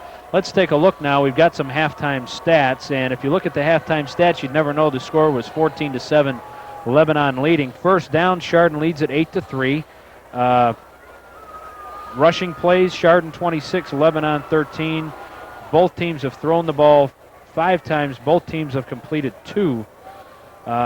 Total yards gained, Chardon 172 and Lebanon 119. It's been the 2 big plays from Lebanon, John, that have been the difference so far. Yeah, the point is you take away in the rushing total of 70, take away Singleton's 52, and you got 18 yards rushing. Take away the long pass play of 53 Jones, that's 5 net passing. Defense has played well, it's just been the 2 big plays that have killed them. Time of possession, Chardon 15 minutes and 16 seconds. Lebanon 8 minutes and 44 seconds individually. Singleton, as you said, had 54 yards. Lindsay had 9. Passing, Merchant 2 for 5 for 58 yards. Receiving, Jones had 2 catches for 58 yards. And that's about it. That's from the Chardon side of things. Now they've got this kind of go by screwed numbers. up here. Yeah, look at the numbers. 31. Hales Macar has 41 yards rushing. Hewitt 42. That can't be. Oh yeah, he had that big long run. And 29 for Tim Smith. Ryan Davis was 2 out of 5 for 48 yards, 2 picks and a touchdown pass. And that's about all to speak of. But down on the field is Tim Kelby. Tim had a chance, I'm sure, to talk to the coaches at the half. What's going on down there, Tim? Craig, Coach Bob Doyle in the locker room at halftime basically stressed the fact that the defense has not played bad at all. You know, a couple of big hitters as far as Lebanon is concerned. But offensively, Doyle plans on doing what has gotten Chardon here. They plan on running the football and running it the rest of the game. Greg? Thanks very much, Tim. Appreciate that. I'll tell you one thing that going back to his Braveheart opening and all, the conditioning factor, where he talked about how Chardon had to defend their turf, their country, and all that other good stuff. But the conditioning is one thing. He showed them in a movie in advance of it, where he showed them all they went through to get their conditioning done. That's something that could come into play heavy duty here. The defensive line of Lebanon are big boys. Big boys tend to tire out a little sooner. That could come into play as we start to approach the 4th quarter here. The offense can kick in gear at that point because tired players are not really effective players. I think Chardon can move the ball very well there. Again, on their offensive front, they got some big boys there too. Their blocking lets down. That allows the penetration and the quickness from the conditioned Chardon. But I think Chardon's going to put up a big-time second half. Well, let's see if that crystal ball of yours is accurate, and I hope for our sake it is. Chardon will receive the ball to start half number 2. Ryan Davis back deep. Also, Jay Hillkirk in the middle, and John Landstrom comes to the near side. And they will await the kick of Josh Eldridge. Eldridge, a guard by trade. Moonlights as a kicker. Yes, and does a very fine job, at least judging from those extra points. Here he just seems to be doing that little short pooch kick, get high, allow his defenders to get under there, kind of keep them from getting a good return out of it. So far, it's been a very effective approach on their kicking game. Well, hang on, folks. 1 half of football left this season. Whoa. Short kick. Oh. Hopper was down when he caught it. I guess they judged that the guy didn't have time to stop. Tough to put the brakes on. So the Chardon offense will come out. As we said, they picked up 172 yards total in the first half, 130 on the ground and 48 through the air. So the ground attack was good. Time of possession was good. Everything but the scoreboard was good. We are at Paul Brown Stadium in Massillon, Ohio. It is the 1998 Division II State Championships. I'm Craig Dees, along with John Walsh and Tim Kelby, as Scott Macar takes it over the right side for 2 yards. Yeah, and as we get into the latter stages of the 3rd quarter, we'll have to start paying tribute individually to each one of those seniors, you know, and give them the tribute they own for performing so very well, this being their last game. In a Chardon uniform, of course. James Andre goes to the far side. 2nd down and 8. Nothing doing up the middle, maybe a yard, tough yard for Mitch Hewitt. Yeah, he had to fight to get there. They're just jamming that middle, but that's part of the Chardon offense. You have to keep pounding the middle and stuff to open up the outside plays. Well, we've got a quick second. Let's go down to Tim. Well, I just had a chance to talk with Mitch Hewitt before the Hilltoppers took the field offensively. Craig asked Mitch how he felt and was ready to go, and he just gave me a wink and a thumbs up. We got to get him. Well, that's good news. 3rd down and 7. Davis to throw. Looking, has a man. It's Makar open at the 40. Scott goes down to the 29, maybe the 28, before he is brought down from behind by Lebanon's Nick Singleton. Big play, Scott Makar, and the Chardon Hilltoppers are on the move. Big play, Makar and Davis. Watch, Davis lays that one. Makar just takes it right in stride. That ball was just laid out there beautifully as he got a step on the defender there. They do have speed. I'll tell you, this Lebanon team does have some good quickness because Makar isn't exactly a slow runner there, and they just caught him and outran him from behind. 1st down and 10. Hewitt again. This time he's got a little bit of running room and makes the most of it as he gets to the 22.5-yard line. So Mitch will pick up 6 or 7. That one, a nice job by Davis carrying out his fake after he handed the ball. You'll see defenders start to go to the outside because they assumed he kept the ball. That opened it up. Watch here. Now watch Davis carry. You see guys heading out there as he gets, look, what number 6 is that?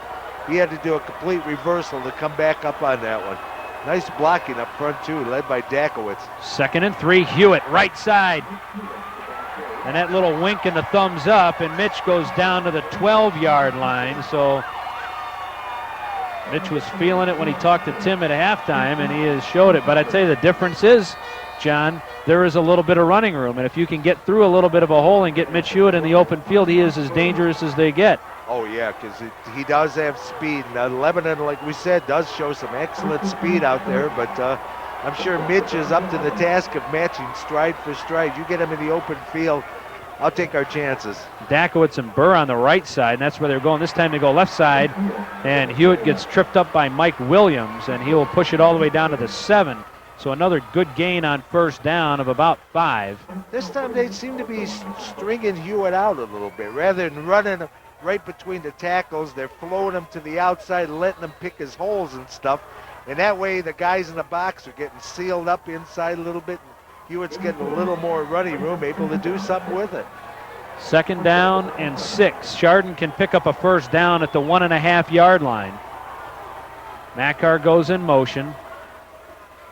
And it's Mitch again, slips his way inside the 5, gets down to near the goal line. Oh, he's got to be real close. Well, they didn't signal touchdown. You got to like 1st down and goal from the 1-foot line, and that's Chardon will have 4 opportunities to go behind that big offensive line and get in a position where they can tie this ball game. What a workmanlike drive so far. Yeah, and I'll tell you one thing, and I'm sure it's an adjustment they made at halftime. They told Hewitt, okay, the play is designed if it's for the 4-hole, don't be religious on going to the 4-hole. Take it. If it flows to the outside, flow it to the outside, because that's what he seems to be doing this half. And all of a sudden, he's breaking open. Hewitt, touchdown. A workmanlike drive, and that's right, folks on the far side. Get up on your feet. That was a heck of a drive to start half number 2. I'm a firm believer in the first half of the 3rd quarter, really telling the tale sometimes of that second half, and if this is any indication of the way the Hilltoppers are going to play in the second half, we're going to be in for a treat. Oh, well, Scott Makar comes in to attempt the point after. Oh, dynamite drive there. Yes, it was, and that's just getting your fullback back involved in the game, and I think it's just a running style more than anything. I don't think it's a play calling thing. And we're tied. Just that quick. All right, back in the ball game. Tied up at 14, and now, again, Chardon, as they always do, turns it over to the defense.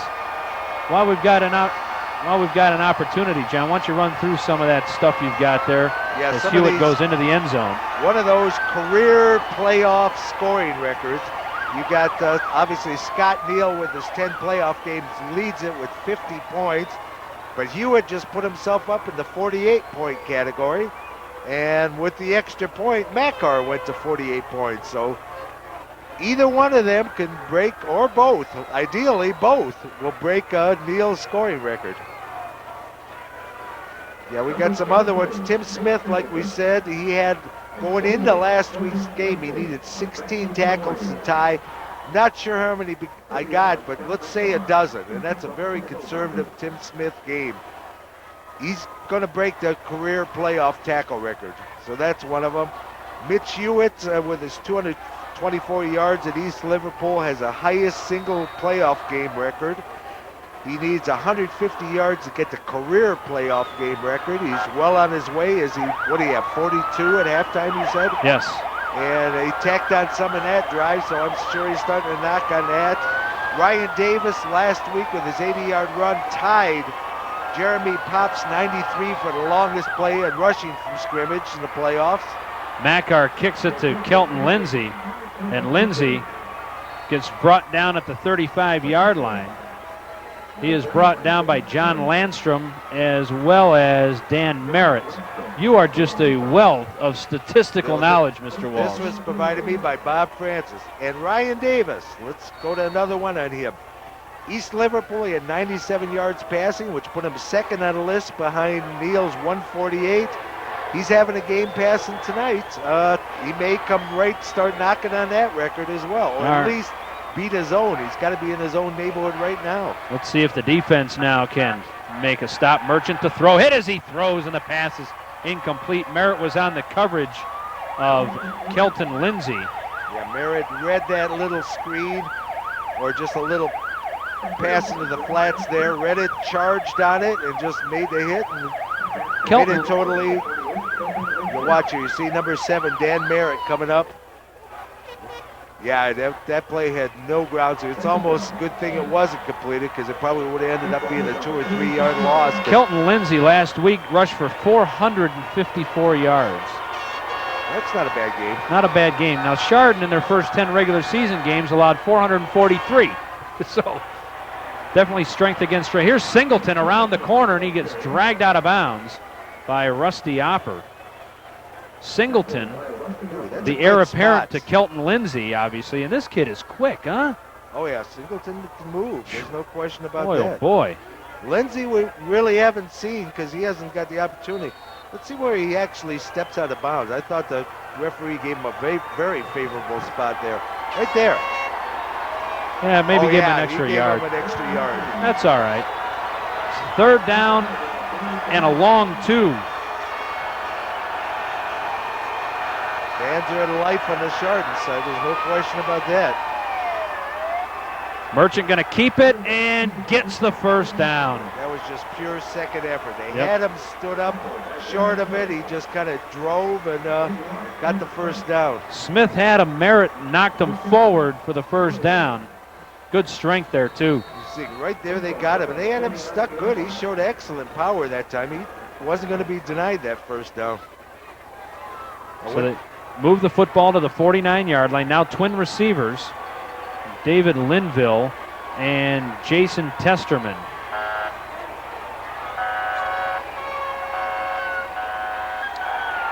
Here comes Smith, and down go. Oh, now he goes down. He should have went down the first time before Dakowitz hit him. Brian Smith blitzed in and took Brady Merchant almost down, and then Dakowitz came in and cleaned up the mess, and I think Kevin Platts helped out as well. Oh, yeah, he just had a beat on him. And Smith comes straight in there, blows right by the block, and just gets hold of him. Has the jersey, and Dakowitz says, I'll help you. And then Tim Smith was there also. Nice defensive effort that time. Boy, it was amazing. There was number 2 was out there to block him, and he just blew right by him. Loss of a dozen, 2nd and 22. Merchant to throw, fires it, incomplete. Pass was intended for Jeremy Bowling, and Opper was all over him. Yes, he had he him was. covered. Those twin 88s were just made it look like 8,888 the way they were paired together. Watch the coverage Opper has on him. He's just blanketed him real well. Actually had a little bit of an inside position where Even if the ball was delivered on line, he could have reached the hand across and knocked it away. Third down and 22. Alonzo Jones gets off the field. Boy, this is a shift of momentum. Let's hope. They pitch it back for the option. Oh, and he's hit as he throws. Looking downfield, the pass is caught. David Linville caught that. Makar was on the coverage. It looked like Kelton Lindsay's arm was hit as he threw it, but he had enough on it to get it to the receiver, and that's a big first down. Boy, you can't knock the coverage. You just deliver that in a place where only he could catch that. You can see here, watch him, just as he's hitting it. Yeah, Brian Smith comes across the top and maybe takes a little bit off. Excellent. You can see Makar's right on him. Yep. Coverage was tight. It was just a ball put in an area where only he could catch it. First down and 10. Lebanon wants their fans to quiet down so Merchant can call out the signals. Hands it to Singleton, who squirts through a hole. Platts hangs on and drags him down at the 21-yard line, and that's a gain of 12, and that's another first down. Yeah, it was a nice play. They just hit right up the gut there. Kind of took the charging linebackers, and we'll see. I think Smith came on the inside there in a blitz coverage. And I can't really see where Tim went to. I'm guessing he did because he wasn't back there getting screened off on a block or nothing, so he must have been charging off to the right side. They just hit the hole he wasn't at. Merchant broke a tackle from Platts and had Luke Chuha hanging on, and he picks up another first down all the way down to the 8. Boy, this is something I wasn't really looking for. Merchant showing a degree of power out there. He's a strong running quarterback. The unfortunate part for Chardon is it was 3rd and 22 at one point, and now it's 1st and goal from the 8. Yeah, there was that option pass that killed off that 4th and 22. Well, it's time. This is the area where defense seems to come up with their big plays. Let's see if they can come up with it right here. This is a good answering drive by Lebanon. Mike Williams now in as the up back in the I formation. It's Singleton. Squirts through a big hole and down to the 3-yard line before Tim Smith is there. Chris Dakowitz comes up off the bottom of the pile as well as Luke Chuha. Yeah, this is definitely Chardon defense getting tested right here. They got it just short of the 2, is that? Yep, at the 2.5-yard line. 2nd down and goal. Down to 4 minutes and 57 seconds to go, 3rd quarter. We are tied at 14. Singleton spins his way down to the 1. Yeah, that time they stood him up. He just had the presence to dive forward and gain a little bit out of that one. Dakowitz had him around the ankles as well. 3rd down and goal. Actually, they're going to spot it. Yeah, they are going to spot it inside the 1. Yeah, it's about the length of the football, so we got about a 2-foot line.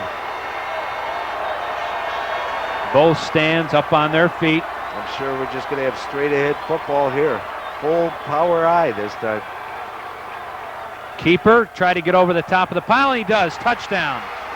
Brady Merchant, second effort, goes into the end zone, and Lebanon has answered Chardon's drive with a score of their own. Yeah, that was second effort. They had him stood up the first time, stopped short, but he just kind of took another leap forward and went in head first into the end zone that time.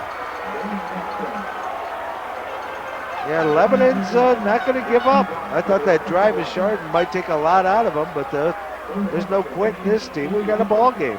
Josh Eldridge to attempt the point after. And Eldridge kicks it out of the park again. So at the 4:15 mark here in the 3rd quarter, it is 21 for Lebanon, 14 for Chardon. So Chardon will once again be asked to come back.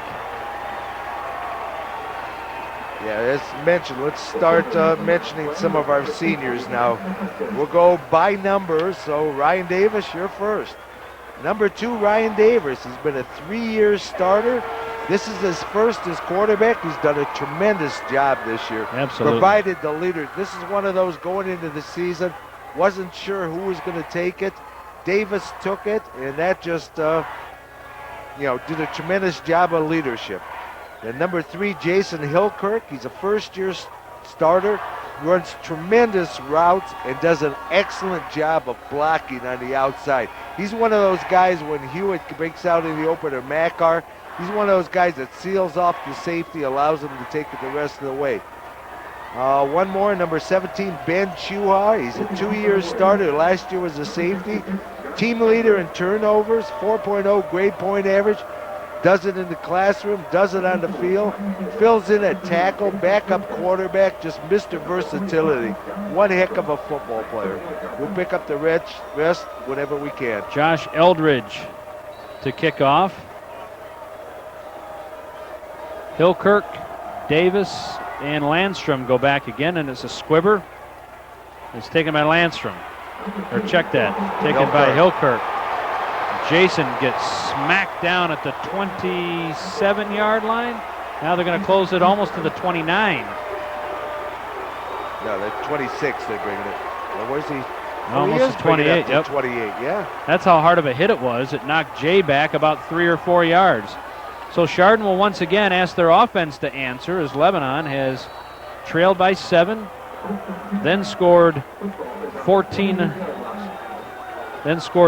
unanswered, and then Chardon came back to tie it, and now Lebanon back on top. And that's the first time anyone scored over 20, with Vermilion having 19 being a high water mark for Chardon this year. So this Lebanon offense is real. Hewitt tried to get past Kelton Lindsay and couldn't do it, but he gets shoved out of bounds, and that's a big first down. Boy, he's just chewing up the yardage He is in the now. second half. They're not sending them off that. Again, you'll see it's just a little slant to the side there. They wall off the corner there and just let Mitch run with the ball. As he drags the defender for another 3-4 yards. First down and 10. Actually 4:01, the clock is stopped because of going out of bounds.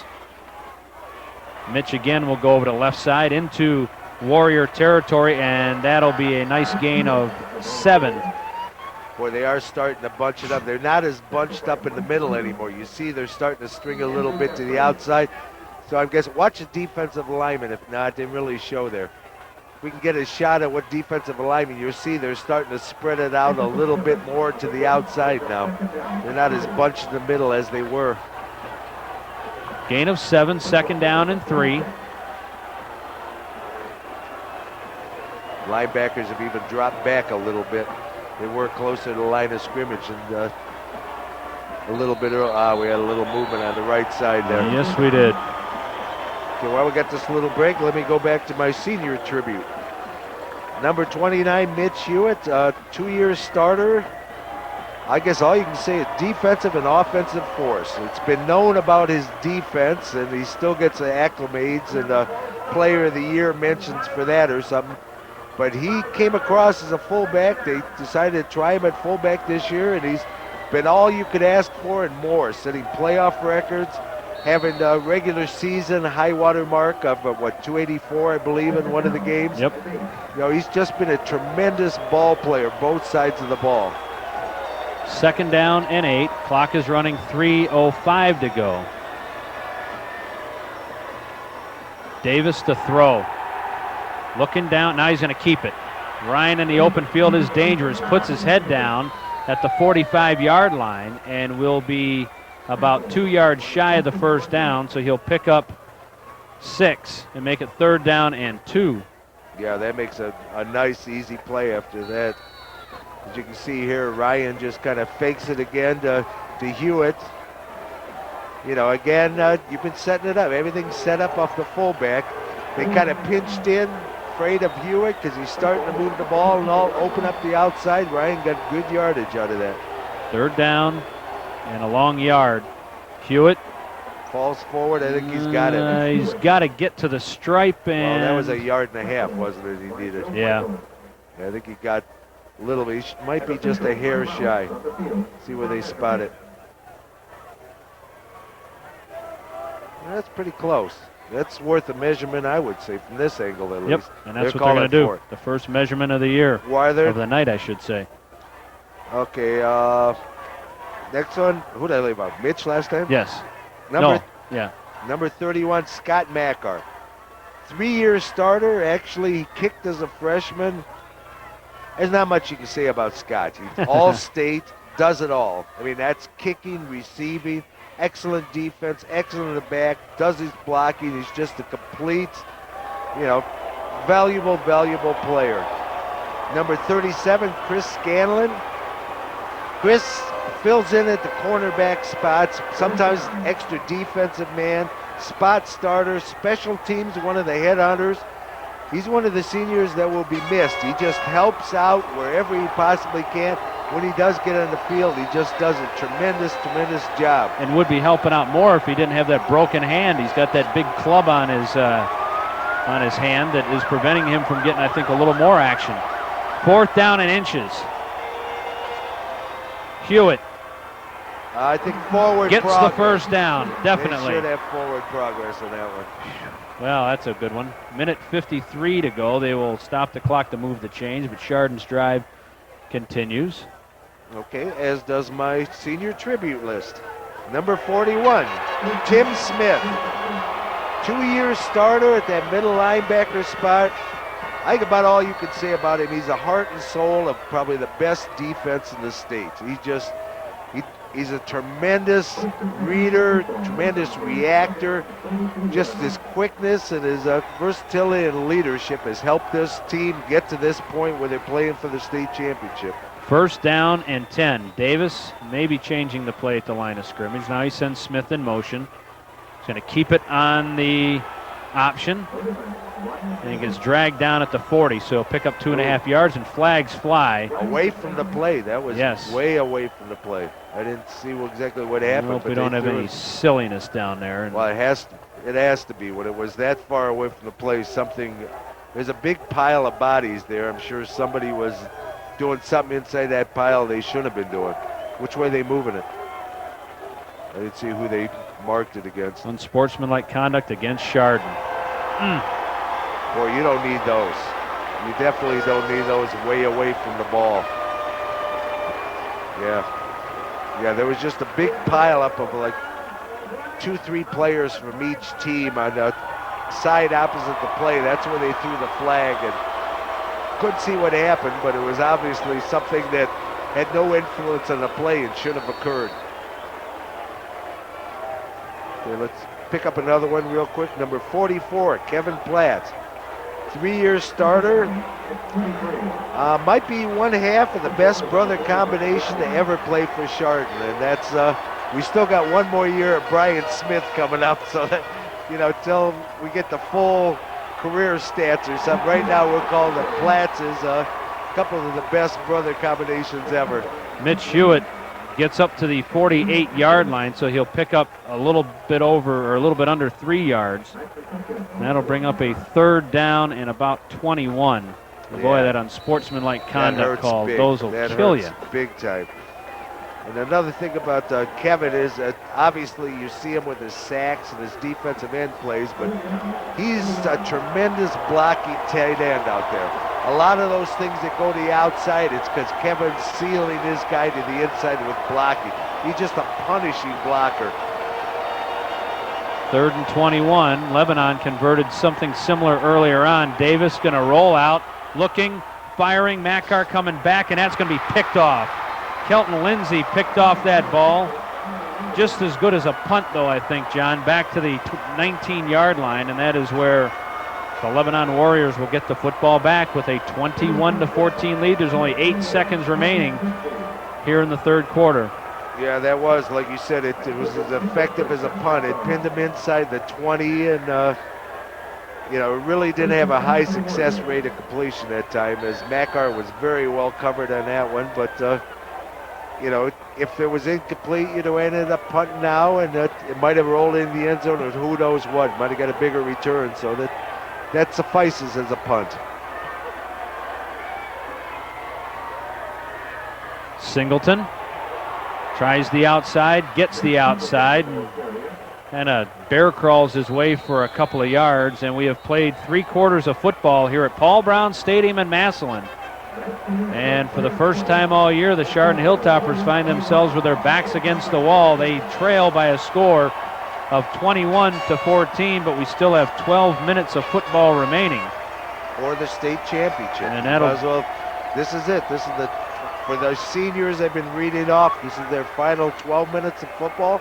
They're down 7 right now. It's dig it in time, and let's make it happen. You should see Mitch Hewitt kneeling out there by himself. I don't know if he's feeling the pains a little bit or what, but everybody else is bunched together. Let me go back to my list here. Number 47, Scott Yeager. He's a first-year player. He's definitely joined the team in the right time of the season. He's got that right. He's got some special team play and all. He's kind of joined the program a little bit on the lake side. One thing about Scott, though, he's probably got the potential to go to states in wrestling. He's a real strong wrestler. Unfortunately, Coach Armelli's probably not going to get him in his full wrestling condition for a good 2-3 weeks, but when he does, he's going to help out. Now we start hitting the big numbers. These are my personal favorites, the offensive line group. Number 57, Bob Kramer. He's quietly, does his job. He's a very underrated guard. But what he does is he's out there helps solidifying what has turned into a very good offensive line, and one they could use in this fourth quarter to drive this ball and try to get back and tie this game and potentially take the lead. But he's done a tremendous job out there. Him and Dakowitz on there pulling him, just been amazing. 2nd down and 7. Oh, you could use a turnover here, huh? Oh, yeah. They haven't put the ball on the ground yet. Lindsay in the open field is very dangerous. Gets to the 47-yard line before he is brought down. That's the first time he's broken open today. Now, I see we got a new player out in the field. Number 68, Matt McCummon, is out there. No. Who is number 68? You got me. I was hoping you'd know. Yeah, I find it hard to believe that that's a freshman playing out there. Yeah. I wonder if that's it's Chuha. Chuha put out 68 rather than 66. All right. They might not add a 66 in white. Yeah, that's Chuha out there. Chardon defense stacks up Singleton that time. They're confusing us out here. Yeah. We're confused enough. We don't need that. Keep the numbers consistent. I wonder, we'll have to take a look, see if offensively, if Krebs got hurt again. That's why he's got that 68 number on there. If he went back into the offensive guard position. Gain of about the length of the football. So it's 2nd down and 9.5. They run the option. Merchant pitches it. Kelton Lindsay, nowhere. Yeah, that's definitely true. Boy, he did a nice job. He sealed up Merchant, made him pitch it, and then had the quickness to get to the outside and help on the tackle with the pitch man. See if we can get a replay on that one. That was just okay, let's run this one. Watch it. You see there's Chua right there. He's sealing up on that, gets outside, and gets in on the tackle with Brian Smith. Excellent job of defensive end by Ben Chuha. 3rd down and 9. We'll give him a gain of another half a yard that time. This is a big play to hold him. Merchant to throw, looking downfield, hit as he throws, launches it up, looking for Linville. Can't get it. Great coverage by Scott Mackar. David Linville looks at the umpire and says, he might have shoved me a little bit, but wasn't getting any call there.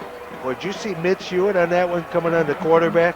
He kind of got caught in between there. Didn't know whether to jump and try to block it or to whether to just drive through his chest. Watch him. You'll see number 29 coming into your picture here. He's kind of caught in that in-between where he didn't know whether to leap, try to block the pass, or to just go for the sack. I think if he had done either one, it would have worked, but he kind of got caught in the middle there. Joey Stevens to punt. Hillkirk and Mackar stand at their own 10-yard line. Stevens gets it off, and it's a high, wobbly kick. Hillkirk calls for and takes the fair catch at the 22-yard line. And that is where the Chardon Hilltoppers will try to tie the ball game. They need to drive it down the field here. 10 minutes and 6 seconds to go here in the fourth quarter. And Lebanon leads 21-0. Glad you could join us on GTV's presentation of Chardon Hilltopper football. I'm Craig Dees, joined by John Walsh, Tim Kelby on the sidelines. Beautiful night for football. It'd be even nicer if the Hilltoppers can come back and tie this thing up. Oh, yeah, because we're definitely with the 10:06 mark. This is crunch time. You're not going to get, it's either this time or next time is going to be possibly their last opportunities to try to tie this ball game up. Hewitt gets in the open. Huge hole for Mitch, and he goes up to the 40-yard line. And hanging on for Lebanon was Joe Michael. Joe Michael, an excellent linebacker. Yeah, you can watch on the replay here how you got Dakowitz and Kramer pulling. Kramer kicks his guy to the outside. Hewitt just takes it. Dakowitz way downfield, clearing out the lane for Mitch. First down and 10. The ball's at the 41-yard line. Hillkirk will split far to the the far side.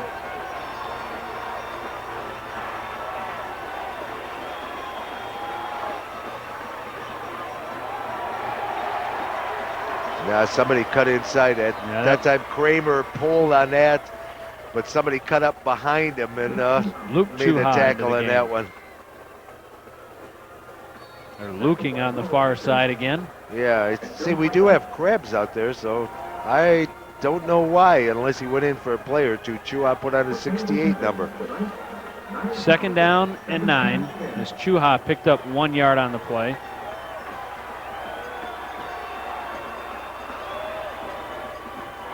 Scott Makar was running behind Rob Kramer and got to the 45-yard line, so he'll be still 6 yards shy of a first down.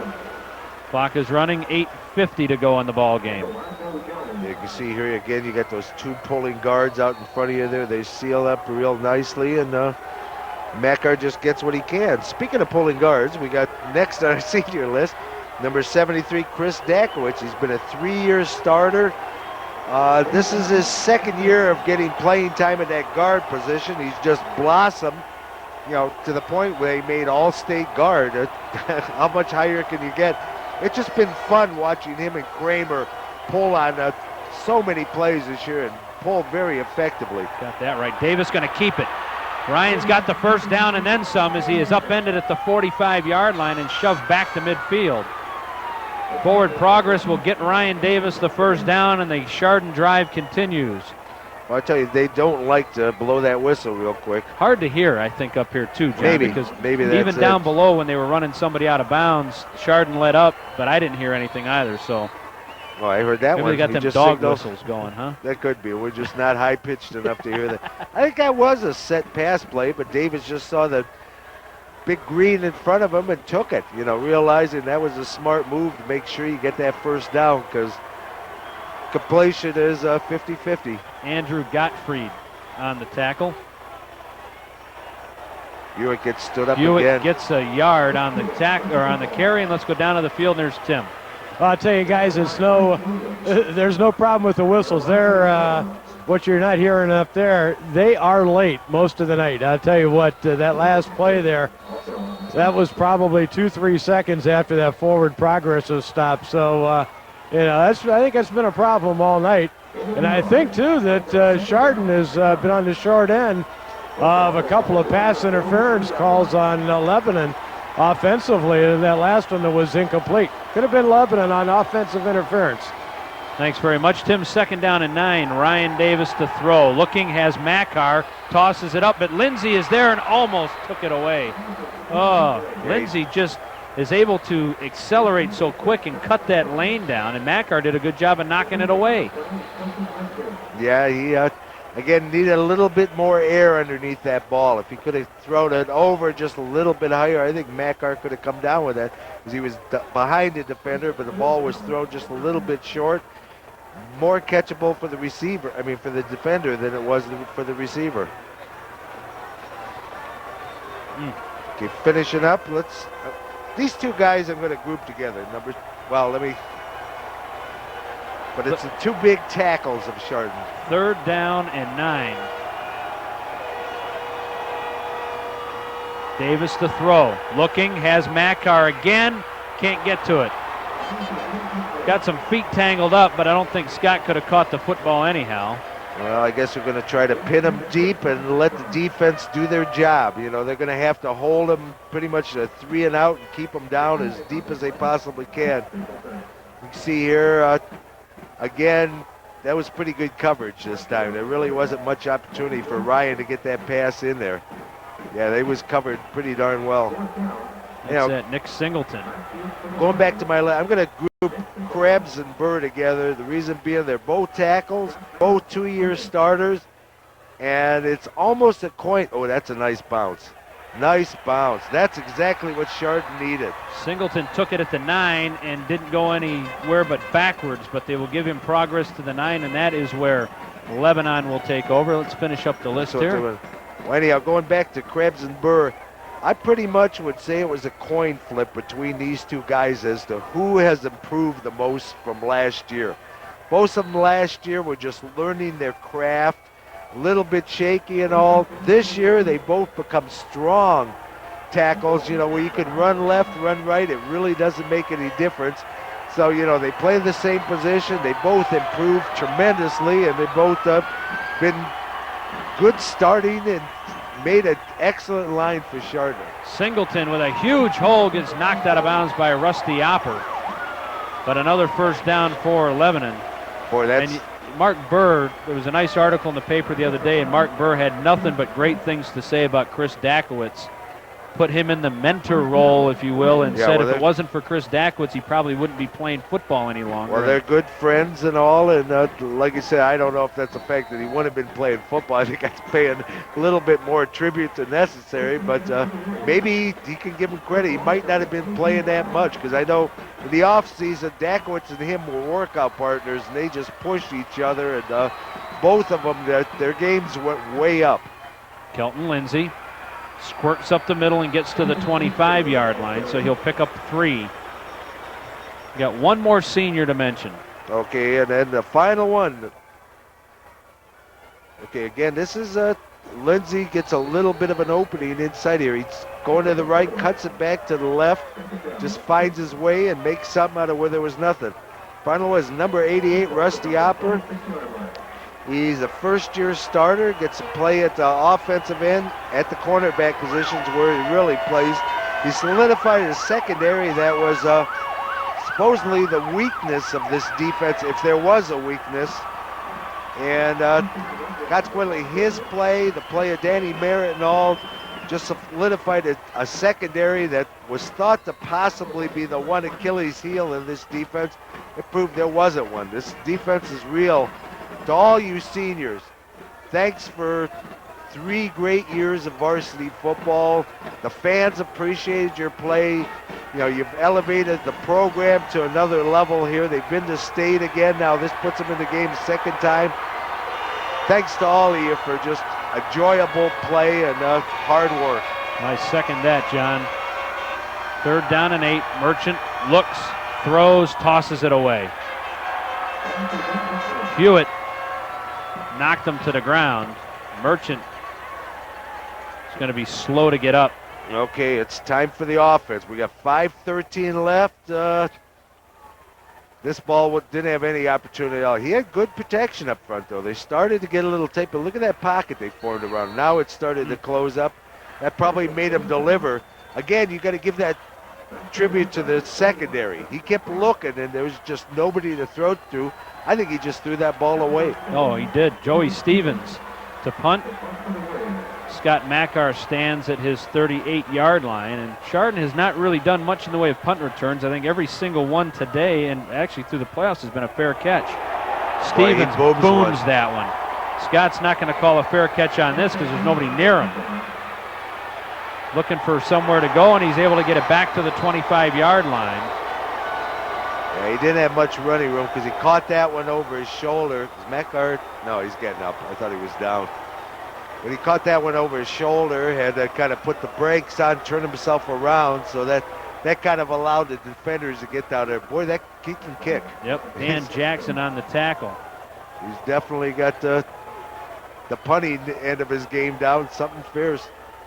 Well, this is it for Chardon. We're down to a good 75, well, 76 officially, yard drive they're going to need to tie this ball game with 5 minutes, 1 second left.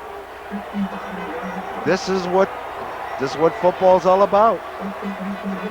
See if that training, that conditioning can help him.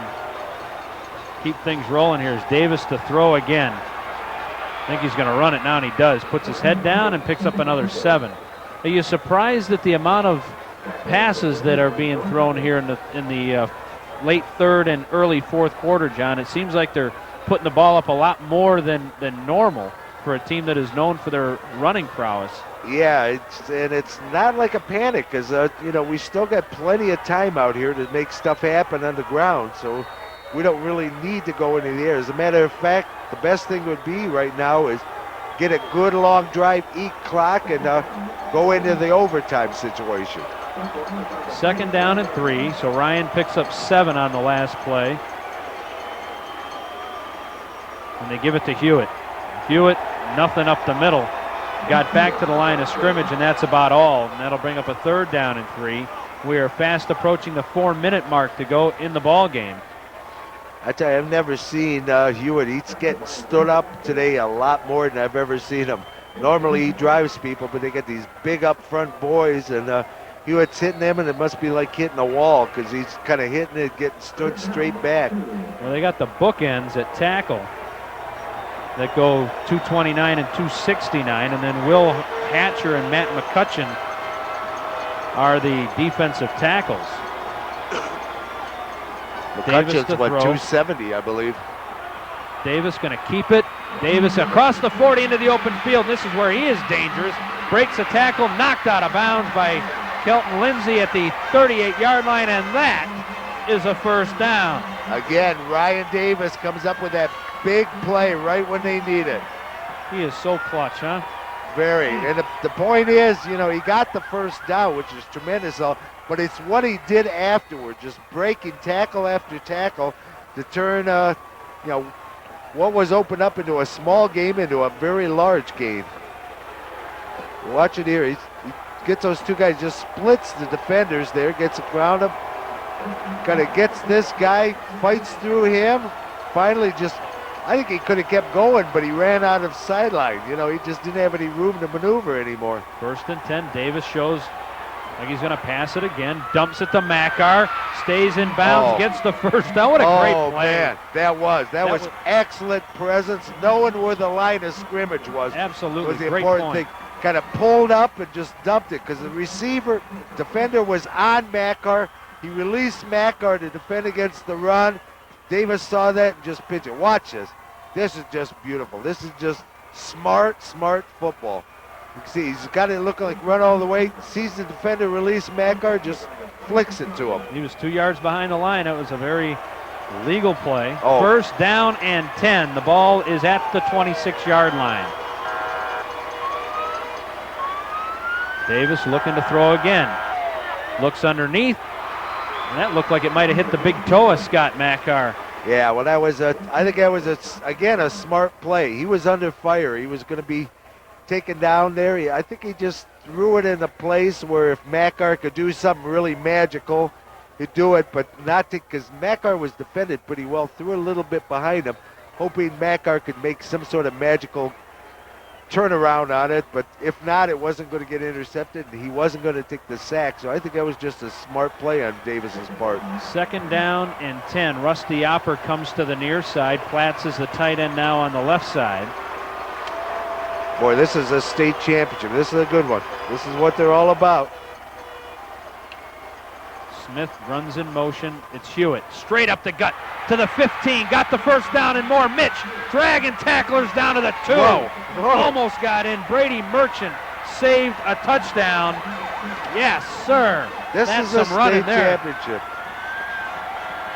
We got 3:07 left in the clock. Chardon's got the ball. They're marking him out at the 3. I got a quarter, says Hewitt, goes back in the huddle and says to Davis, give me the ball. I want the ball.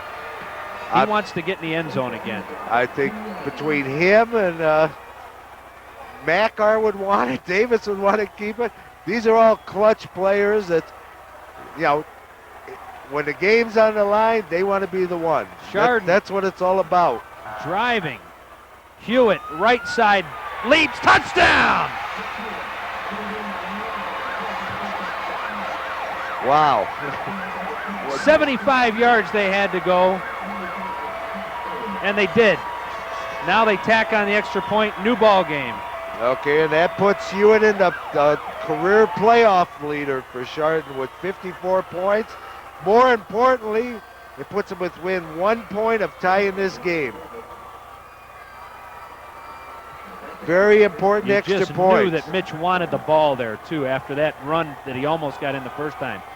Good hold by Davis. Kick is up. Good. We're tied. 21. 21 to 21. That also puts Mitch Hewitt in the record books, Division II for most points in a game with 12. Tied with the likes of Ricky Powers. Remember him from Akron Booklet? Oh, yeah. Is in the record book. So you could put Mitch Hewitt's name right in there next to his. Let's go back down to the field. Now here's Tim. Craig, when Mitch Hewitt came off the field, he looked up into the stands after that touchdown, and he was pounding his heart, looking up in the crowd and saying, "We got heart, we've got heart." They certainly do have heart, Tim. And one other person who has 12 points in a state championship game, Eric Ash from Chardon. I Against remember him. Rayland Buckeye Local Massillon. Remember that? I think that was back in 1994. That could have been. This is all coming from the top of my head. You realize that? Oh, yeah, I know. You're just a plethora of useless information. That's what my wife says. I'm the king of useless Here, knowledge. watch this. As you can see, Hewitt going in on a touchdown here. He's got it. Just watch the desire on him. Hurdles there. Hits, spins. Yeah, he wasn't going to be denied. Not at all. And I tell you what, Kelton Lindsay just learned that you're not going to give Mitch Hewitt a little bit of a shoulder and get knocked to the ground. Mitch just ran by him. All right. Hang on, folks. Adjust your pacemakers. It's 2 minutes and 41 seconds to go. We are tied. Great game. At 21. Great game. This is the type of... Somebody's going to get the good one, and somebody's going to get the runner-up. Woo! Great. This kind of state finals that the Ohio High School Association dreams of. They love this kind of game. Flags fly. We might get moved back. I think we might have had a hold or a clip or something. As you got Brian Smith made a tackle there, cutting through and tripping him on the ankle there. But, yeah, it's a clip, so it's coming back further. That'll move it back. That's going to pin him back in the hole. Should put him in the neighborhood of the 20, somewhere around the 20-yard line. Inside the 20, I guess. So 2 minutes and 36 seconds remain in the game. We're tied at 21. And for the first time tonight, Lebanon has been the recipient of a big penalty. Yeah. That'll move them all the way back to the 20, where it will be a first down and 10. Well, it's time for the defense to suck it up. We got 2:36 left in regulation time. Great game. Great ball game. Singleton tries the corner. Opper grabs him and rags him down. That's the play that's worked best for them tonight, is sending Singleton to the outside, off the tackle there. That time Opper stayed at home, grabbed Shirt, and just dragged him to the turf. You see, he's trying to juke around him. Opper would have no part of that. So he gets 2, makes it a second down and 8. Clock is running, 2 minutes and 6 seconds to go in the ball game. Yeah, we got both sides are emotionally charged up right now. Chardon yelling for their defense, Lebanon yelling for their offense. Need a turnover. Merchant throws, fires, incomplete, and just drilled somebody on the sideline who went, I don't know who that was, but I think it might have been one of the freshmen. That could have been it. Watch the game. Yeah, he went down. Here, see if we can see it on the replay. That's a pass is way overthrown, but watch the player on the sideline. The only reason we can giggle is because he got back up, but I'm not sure who that was. I think that was Pat McCauley, one of the freshmen, number 5. Yeah, he's got a playoff play to remember now. 152 back left in this game. Merchant throws incomplete. Opper with another great defensive play. And the good news is the clock stops again. Minute 49 to go. Chardon with all 3 timeouts. We could get, if they can move the ball, we can get for a field goal attempt. Oh, my. Has this thing taken a turn? Oh, this is the way. Watch this defense by Opper. He's got the guy sealed, reaches that big paw across there and just smacks it down. Big play again. Jeremy Bowling was the intended receiver. Makar. Oh, you can see Hilkert. Makar's pumped. He's down deep. He went over to Jason Hilkirk, had his fist pumping and all, talking to him. Stevens the punt. Boomed one the last time. They This is feel another it. good one. Makar calls for the fair catch and takes it at the 39.5. So Chardon with plenty of time because there's 3 timeouts left, 1:43 to go. And can you stand it, folks? This is what earlier. Red, do you have any roll aids? We need something. The stomachs are starting to turn up here. A lot of people were talking about the game all week, and everybody was saying, God, I hope they blow them out. And I said, I hope they win, but it's a close one. Those are the games So it's that your fault, Walt. really means, well, I hope completely I come My across heart with is that. racing. This Opper comes is to a the near ball side. game. Yes, it is. First down and 10 for the Toppers. The momentum has definitely swung Chardon's way. Davis to throw. He looks. Flags fly. There's going to be a hold. Ouch. They probably declined the hold, though. All the way back to the 30-yard line. Yeah, they may decline that. That was a pretty substantial loss, so I think they'll just decline it. Yeah, same difference, 10 yards from the ticket. Well, they could take it from the spot of the foul, though, John, which is the 30. That would run them back to the 20. I thought they'd signal clip. Did they call hold? I don't know. We'll I have thought to they see. signaled the clip, Yeah, which a clip is not a spot foul. Coach Barish on the sideline looked like he was saying that to decline the penalty. Yeah, so I If think it's a clip, it would be first down and 25. No, it's even further back than that. Gee whiz, it's all the way back to the 26-yard line. no, that was Ouch. declined, whatever. Pick up the yellow. Holding.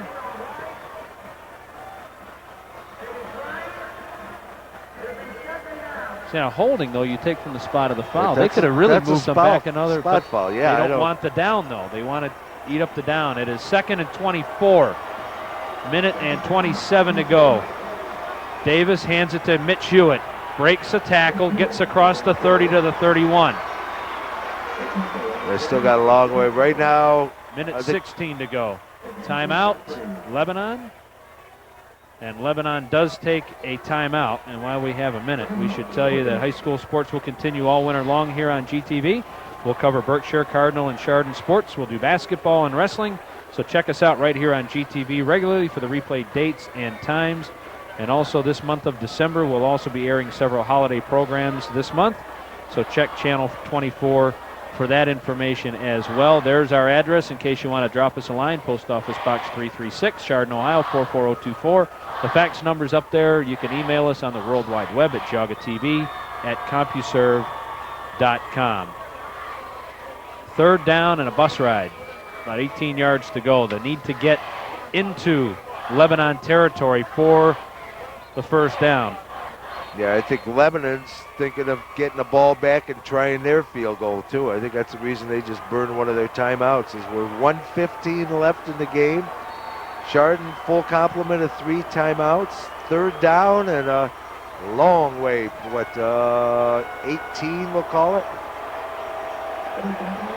3rd and 18. Minute 15 to go. Now, if Chardon can capitalize on this, that's great because they haven't used the timeout. Davis to throw, being sacked back at the 20. Oh, my goodness. Blitzing, or actually coming from the defensive tackle spot, was Will Hatcher. He just ran over somebody, and Lebanon's going to take another timeout with 1:06 to go. Boy, Ryan just did not have an opportunity to do anything there. No, the penetration just came across. They just bull rushed, got it pinned in that corner there. He's starting to look now for his receiver. There's no place to go. Let's go down to Tim. Craig, I tell you what, this is what it's all about in a facility like this. And of course, on from a personal standpoint, about 36 years ago, kind of over where the referees got the football. I was over in that position once trying to kick a field goal about 36 years ago down at this field. It's a heck of a place, though. Did you make the field goal, yes or no? Wide left. Just a tad. I thought it was. That's why he didn't say it was a game-winning field goal. Did you notice that? Scott Makar to punt. Huge snap coming here. I imagine they're going to go for the return. They're going to be playing for the 3 points. Makar, end over ender. Taken down right there at about the 48-yard line. Casey 47. Abrams, great field position for Lebanon. They've got 1 timeout left. They've got 58 seconds remaining.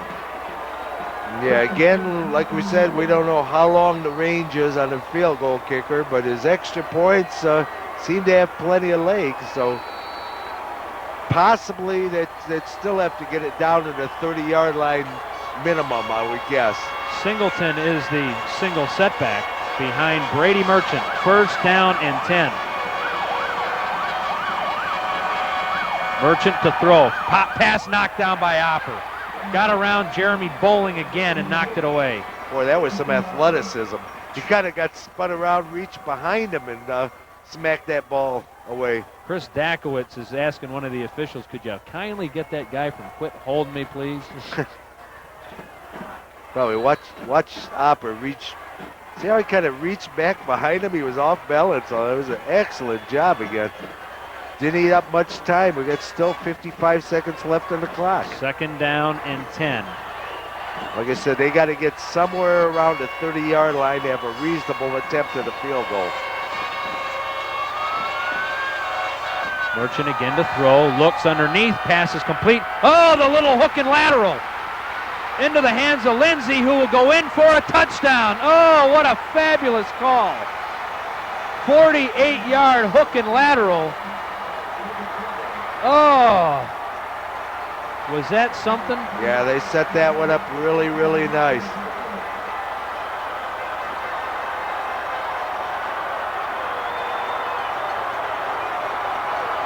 Yeah, they had the pass play defended. They just trailed him out there. There was speed back. There was nobody going to catch him on that one. Oh, let's watch that again, unfortunately.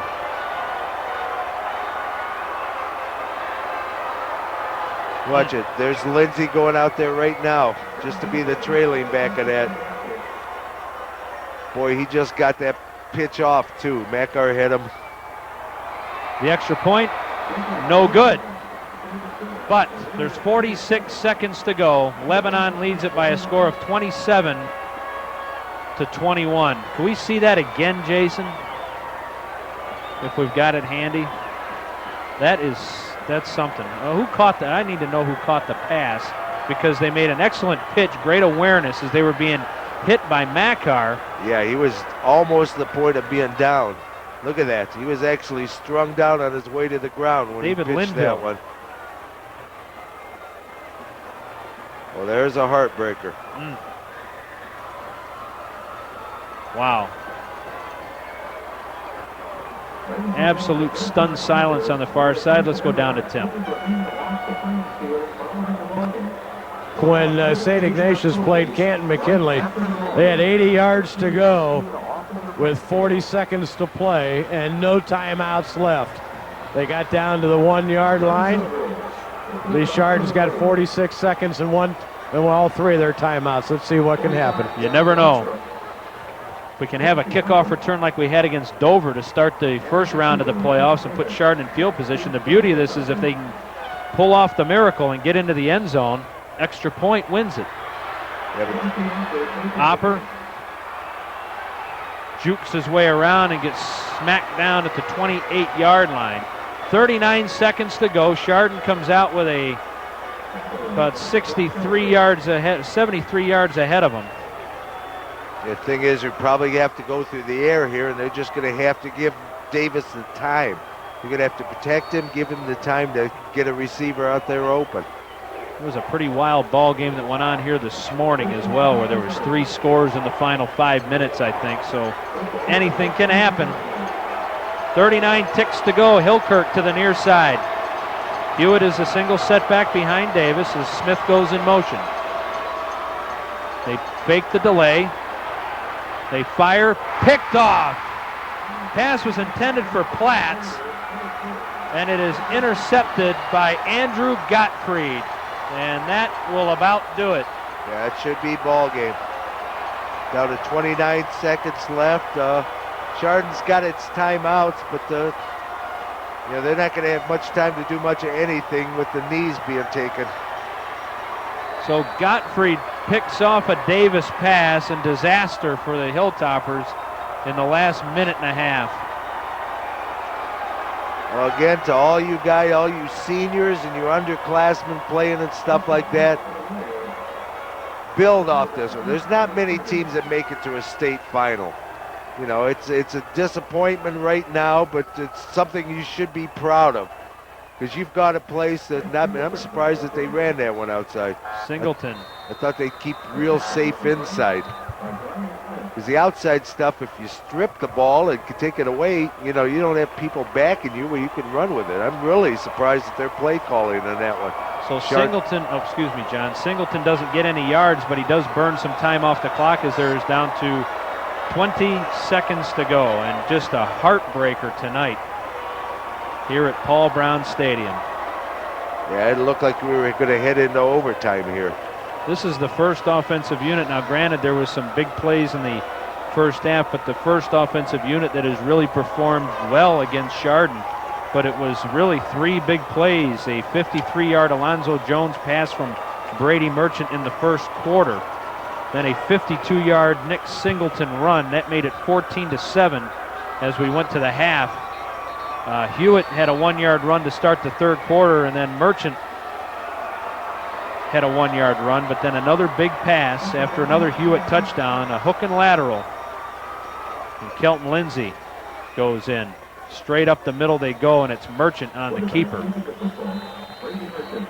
And there's 13 seconds to go, and the clock will stop again as Chardon will take number 2 take timeout. Timeout number 2. Yeah, I'm sure there's a lot of disappointment on that Chardon team now, but gosh, you're here.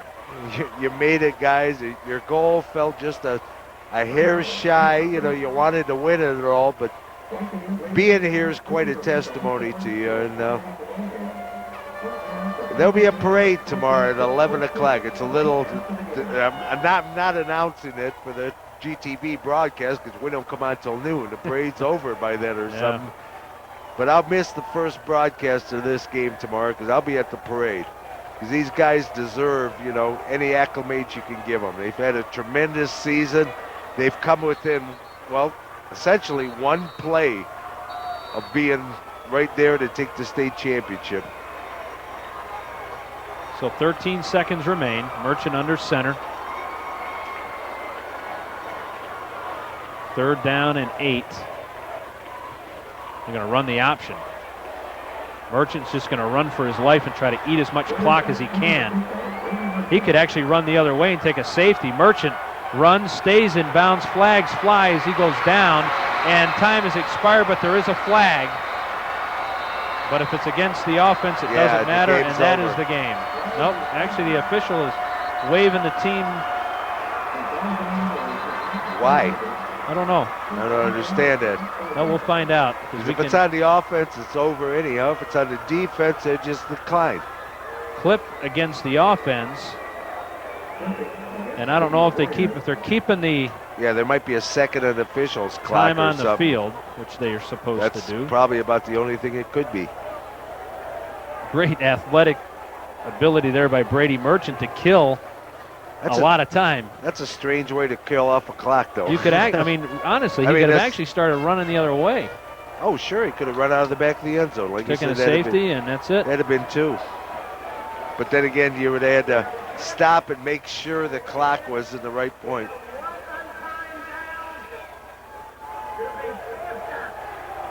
One untimed down. So now you definitely Why is that? take a snap, take a knee, you're done. Game's over. You don't even have to do anything except take a snap and a knee. Yeah, I don't understand the untimed down unless there is 1 second left on the clock. Yeah, I think if you're the offensive team and you're ahead, you can't end the game on a penalty either. Merchant will take the knee, and the ball game is over. So Lebanon has come and defeated Chardon by a score of 27-21. The number 3 team in the state defeats the number 1 team in the state. And we talked to you about this early on in the year, that about 30% of all teams that win the AP poll actually stick around and win it on the field. And a disappointing night for the Chardon Hilltoppers, but a season to be absolutely proud of. Because as you said before, John, not a whole lot of teams make it this far, and they left it out on the field like Bob Doyle asked them to do in the pregame that you heard right here on GTV. And hats off to Lebanon, because they really played well. They made big plays. They made on offense and defense. They played like state champions. Yep, And yes, they did. Showed at Chardon, they just unfortunately weren't able to take the ring home with them. But again, all you Chardon guys out there, your season's tremendous. I mean, right now you're feeling the pain. You probably will for a couple more days or so, but later on appreciate what accomplishments you have made this season, and appreciate the fact that you've gone to a place that there's only 2 a year in the whole Division II, which I'm not sure how many, with 216 teams or 230 teams or somewhere in that neighborhood. There's only 2 left. You're one of them. You guys had a tremendous year. All the fans appreciated you. Appreciate yourself. Appreciate all your accomplishments. They had a goal to make it to state in '98, and they did. And they fell 6 points shy of taking home the big trophy. But I tell you what, all in all, just a fabulous season. And we certainly have enjoyed it. We appreciate everything that we've seen out of these guys. I was looking back at some old depth charts the other night, John, and saw Scott Macar's name as a sophomore, saw Ryan Davis's name as a sophomore playing defensive back, saw Ryan Davis's name as a junior playing wideout.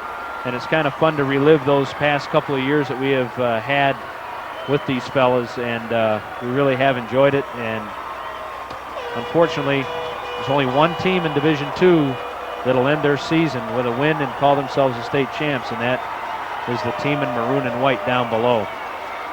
But again, this team accomplished a lot. They've promoted the program to another level. Chardon's been state champs once. Now they've been runners-up once. It just enhances the whole program, so their legacy lives on. So they're going to have the awarding of the trophies down in the field now. And we'll keep it right here because they're going to award the runner-up trophy to Chardon. Let's go down to the field.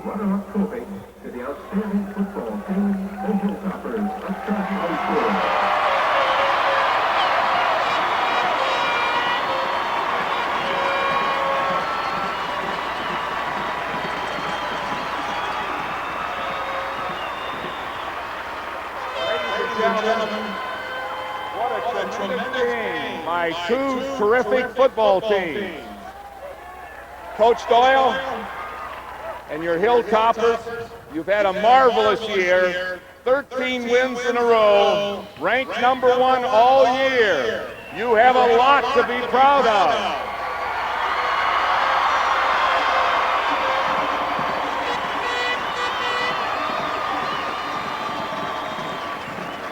Man, I know you're disappointed at this moment, but when you ride back to Chardon tonight, think of all the great things that happened for you and your team and your fans. Great job this year.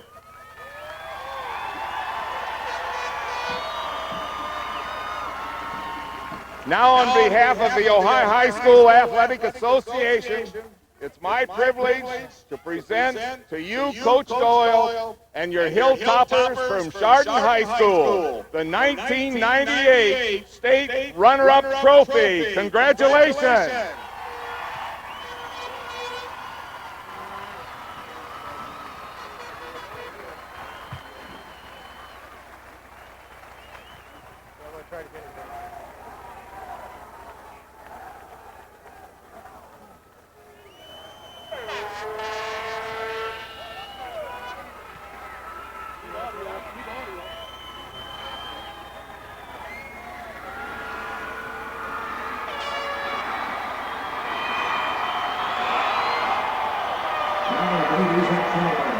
I direct your attention to the home side of the stadium, where Assistant Commissioner Dwayne Warren, assisted by OHSAA Board Official Member John Rossi, will now present the 1998 Division II State Championship Trophy to the outstanding football team, the Warriors of Lebanon High School.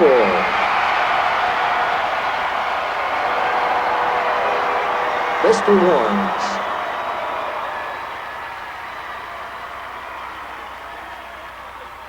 How about those Warriors?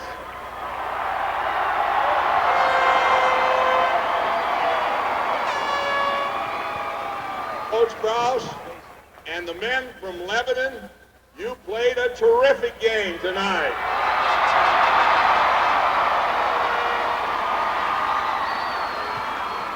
You traveled a long way, you came on a mission, and you accomplished that mission.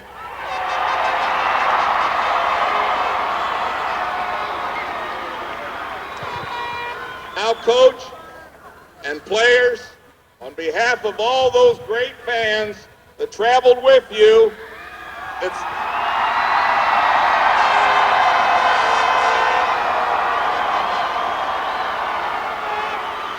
for the first time in your school's history, it's a privilege for me to present to you the 1998 champions of the state of Ohio, Lebanon High School.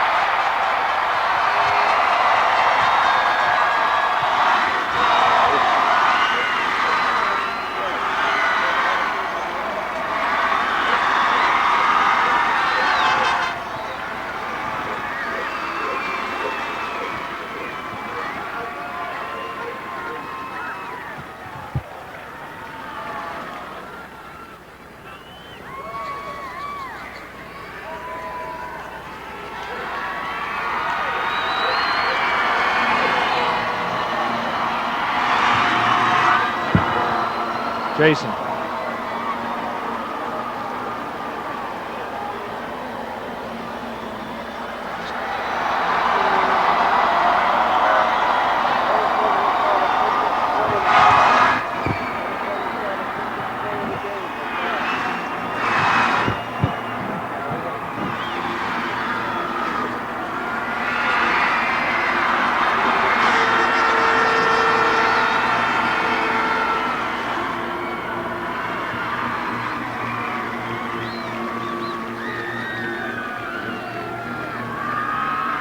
So the Hilltoppers,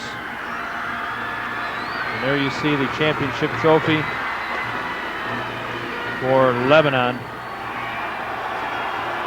So 27-21, John, again, the Chardon faithful hanging around to congratulate these fellas on the runner-up. Both the Chardon and a tribute to the Lebanon Warriors as well.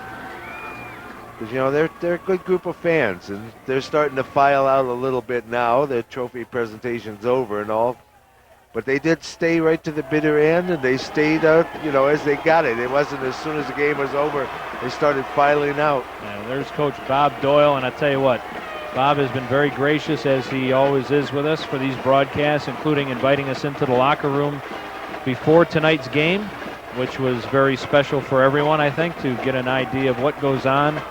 You see him go in the tunnel, you see him come out, but you don't really know at times what goes on in between. And Bob Doyle putting together a nice special package for his seniors, a little gift, if you will, for the seniors, and something that they have believed in and been instilled in all season. And I think they did what he asked, and that was leave it out on the field. But a couple of big plays by Lebanon, who you can't take anything away from, the number 3 team in the state, darn it. I mean, no shame here, none whatsoever. Well, right now you got to give it to them. They're number 1 team in the state. The AP polling aside and all, they beat Chardon, and when you do it on the field, you're state champs. Checking out down below, I see Tim trying to get Bob Doyle. We'll keep it here for another couple seconds, and if Tim can grab him, fine. If not, we may stop this thing for a second. And through the magic of TV, we'll come back when Tim is. Tell you what, let's do that, Jason. Let's stop it. And through the magic of television, hopefully the next person you'll see is Tim with Coach Bob Doyle.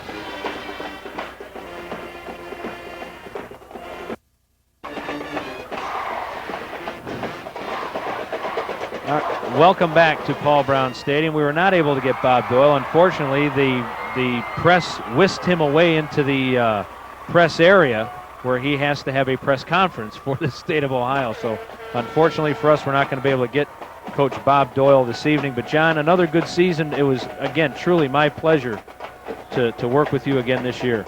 Well, thank you, and likewise with me there, Craig. It was a tremendous season.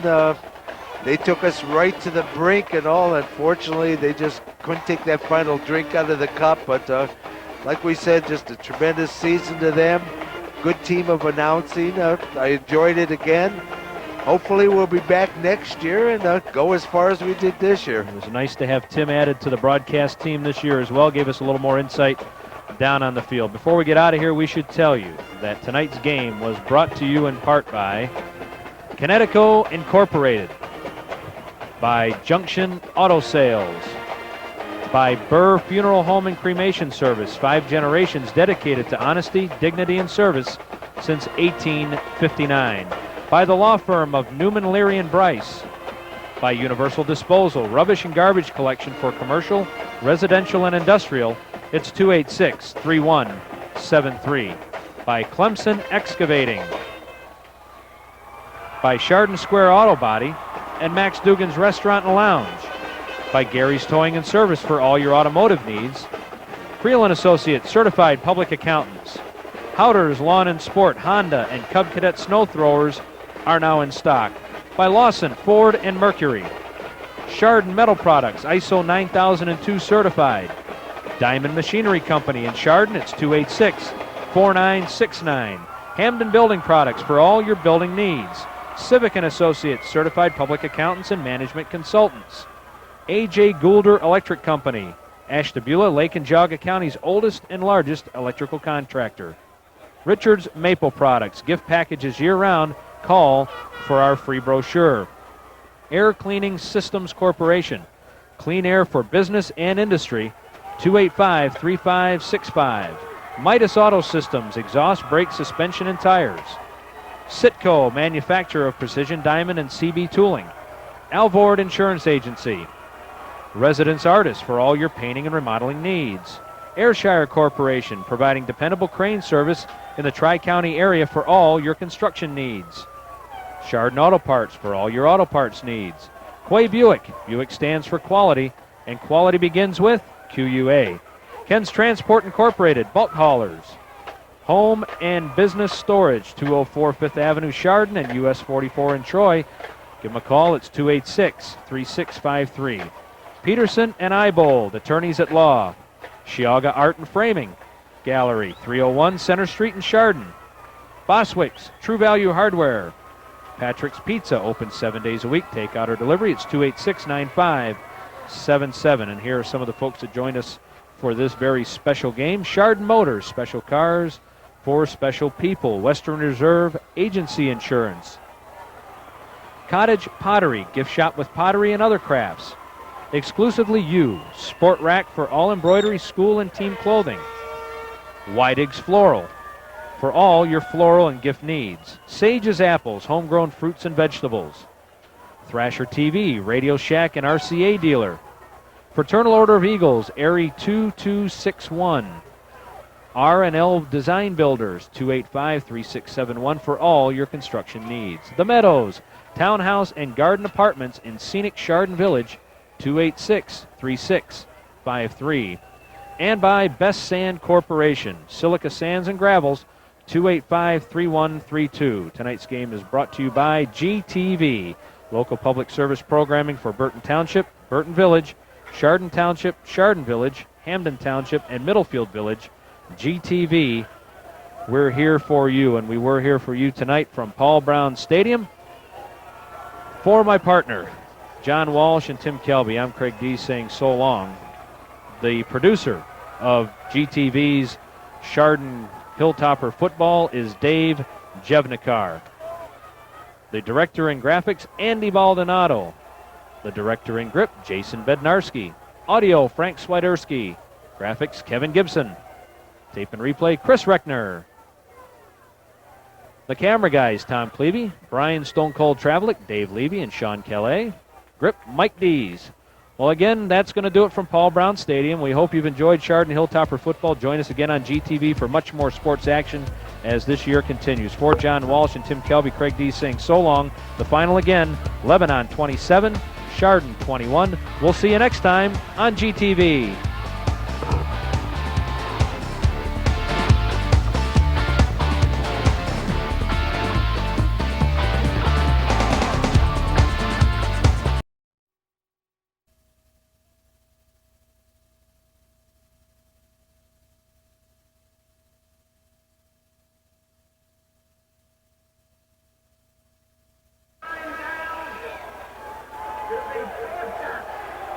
One untimed down. So now you definitely Why is that? take a snap, take a knee, you're done. Game's over. You don't even have to do anything except take a snap and a knee. Yeah, I don't understand the untimed down unless there is 1 second left on the clock. Yeah, I think if you're the offensive team and you're ahead, you can't end the game on a penalty either. Merchant will take the knee, and the ball game is over. So Lebanon has come in and defeated Chardon by a score of 27-21. The number 3 team in the state defeats the number 1 team in the state. And we talked to you about this early on in the year, that about 30% of all teams that win the AP poll actually stick around and win it on the field. And a disappointing night for the Chardon Hilltoppers, but a season to be absolutely proud of. Because as you said before, John, not a whole lot of teams make it this far, and they left it out on the field like Bob Doyle asked them to do in the pregame that you heard right here on GTV. And hats off to Lebanon, because they really played well. They made big plays. They made on offense and defense. They played like state champions. Yep, And yes, they did. Showed at Chardon, they just unfortunately weren't able to take the ring home with them. But again, all you Chardon guys out there, your season's tremendous. I mean, right now you're feeling the pain. You probably will for a couple more days or so, but later on appreciate what accomplishments you have made this season, and appreciate the fact that you've gone to a place that there's only 2 a year in the whole Division II, which I'm not sure how many, with 216 teams or 230 teams or somewhere in that neighborhood. There's only 2 left. You're one of them. So you guys had a tremendous year. All the fans appreciated you. Appreciate yourself. Appreciate all your accomplishments. They had a goal to make it to state in '98, and they did. And they fell 6 points shy of taking home the big trophy. But I tell you what, all in all, just a fabulous season. And we certainly have enjoyed it. We appreciate everything that we've seen out of these guys. I was looking back at some old depth charts the other night, John, and saw Scott Machar's name as a sophomore, saw Ryan Davis's name as a sophomore playing defensive back, saw Ryan Davis's name as a junior playing wideout. And it's kind of fun to relive those past couple of years that we have had with these fellas, and we really have enjoyed it. And unfortunately, there's only one team in Division II that'll end their season with a win and call themselves the state champs, and that is the team in maroon and white down below. But again, this team accomplished a lot. They've promoted the program to another level. Chardon's been state champs once. Now they've been runners-up once. It just enhances the whole program, so their legacy lives on. So they're going to have the awarding of the trophies down in the field now. Yeah, we'll keep it right here because they're going to award the runner-up trophy to Chardon. Let's go down to the field.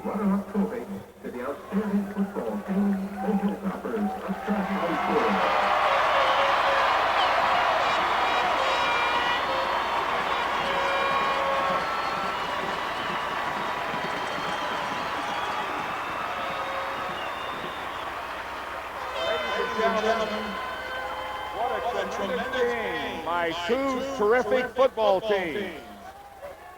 Coach Doyle and your Hilltoppers, you've had a marvelous year. 13 wins in a row, ranked #1 all year. You have a lot to be proud of.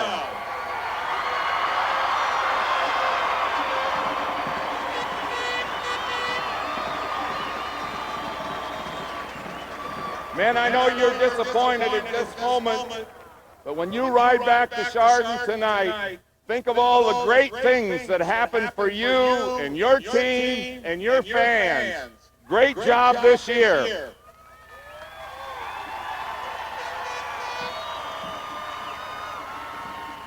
Now, on behalf of the Ohio High School Athletic Association, it's my privilege to present to you, Coach Doyle, and your Hilltoppers from Chardon High School, the 1998 State Runner-Up Trophy. Congratulations.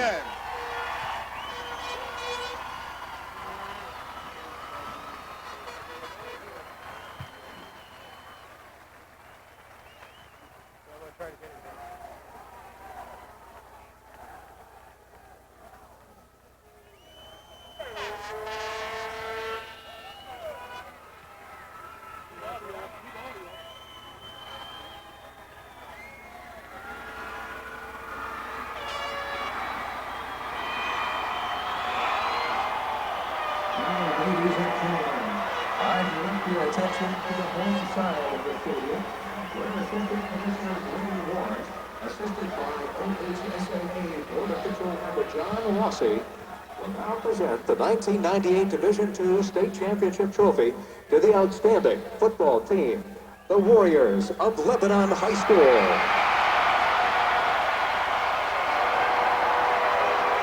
Mr. Warnes.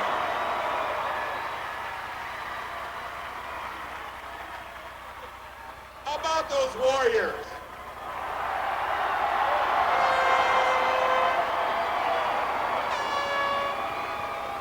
Coach Krause and the men from Lebanon, you played a terrific game tonight.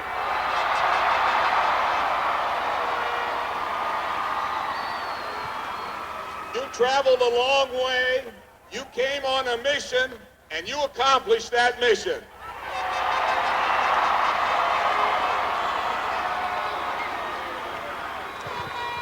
Now, Coach and players, on behalf of all those great fans that traveled with you,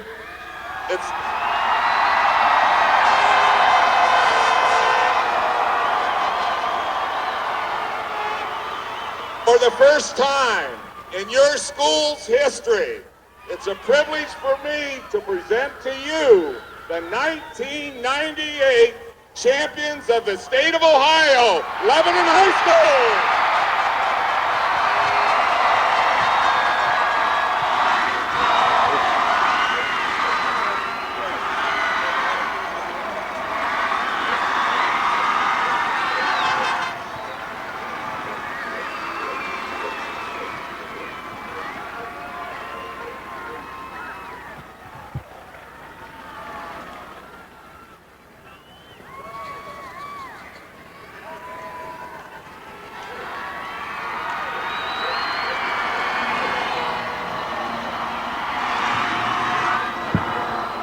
Jason.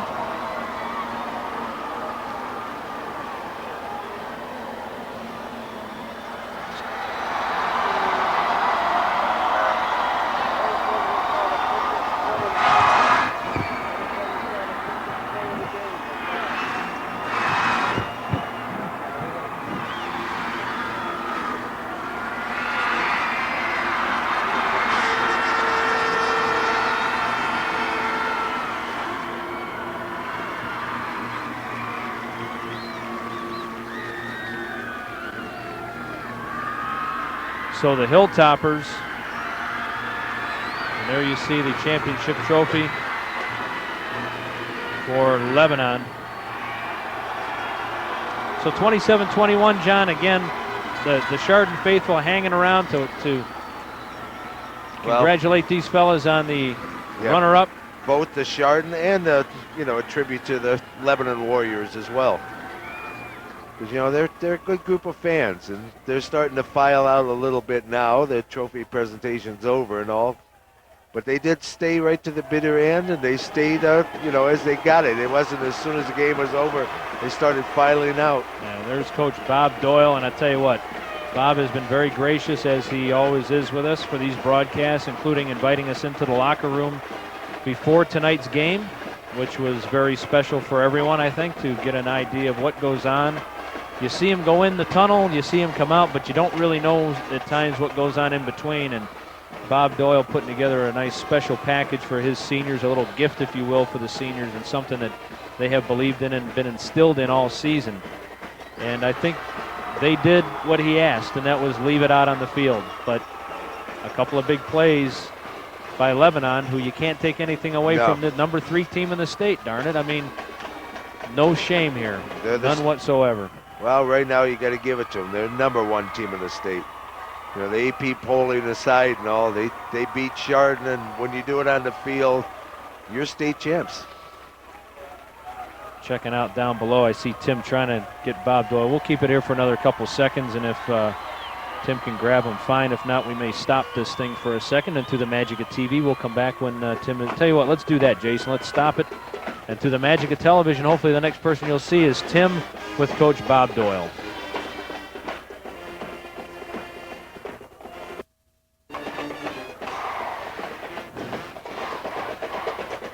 Welcome back to Paul Brown Stadium. We were not able to get Bob Doyle. Unfortunately, the press whisked him away into the press area where he has to have a press conference for the state of Ohio. So unfortunately for us, we're not going to be able to get Coach Bob Doyle this evening. But John, another good season. It was, again, truly my pleasure to work with you again this year. Well, thank you. And likewise with me there, Craig. It was a tremendous season. They took us right to the brink and all. Unfortunately, they just couldn't take that final drink out of the cup. But like we said, just a tremendous season to them.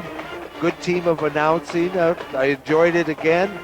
Hopefully we'll be back next year and go as far as we did this year. It was nice to have Tim added to the broadcast team this year as well. Gave us a little more insight down on the field. Before we get out of here, we should tell you that tonight's game was brought to you in part by Connecticut Incorporated, by Junction Auto Sales, by Burr Funeral Home and Cremation Service, 5 generations dedicated to honesty, dignity, and service since 1859. By the law firm of Newman, Leary & Bryce. By Universal Disposal, rubbish and garbage collection for commercial, residential, and industrial. It's 286-3173. By Clemson Excavating. By Chardon Square Auto Body and Max Dugan's Restaurant and Lounge. By Gary's Towing and Service for all your automotive needs. Creel & Associates, certified public accountants. Howder's Lawn and Sport, Honda, and Cub Cadet snow throwers are now in stock. By Lawson, Ford, and Mercury. Chardon Metal Products, ISO 9002 certified. Diamond Machinery Company in Chardon, it's 286-4969. Hamden Building Products for all your building needs. Civic & Associates, certified public accountants and management consultants. A.J. Goulder Electric Company, Ashtabula, Lake and Geauga County's oldest and largest electrical contractor. Richard's Maple Products, gift packages year-round. Call for our free brochure. Air Cleaning Systems Corporation, clean air for business and industry, 285-3565. Midas Auto Systems, exhaust, brake, suspension, and tires. Sitco, manufacturer of precision diamond and CB tooling. Alvord Insurance Agency. Residence Artists for all your painting and remodeling needs. Ayrshire Corporation, providing dependable crane service in the Tri-County area for all your construction needs. Chardon Auto Parts for all your auto parts needs. Quay Buick. Buick stands for quality, and quality begins with QUA. Ken's Transport Incorporated, bulk haulers. Home and Business Storage, 204 5th Avenue, Chardon, and US 44 in Troy. Give them a call. It's 286-3653. Peterson and Eibold, attorneys at law. Chiaga Art and Framing Gallery, 301 Center Street in Chardon. Boswick's True Value Hardware.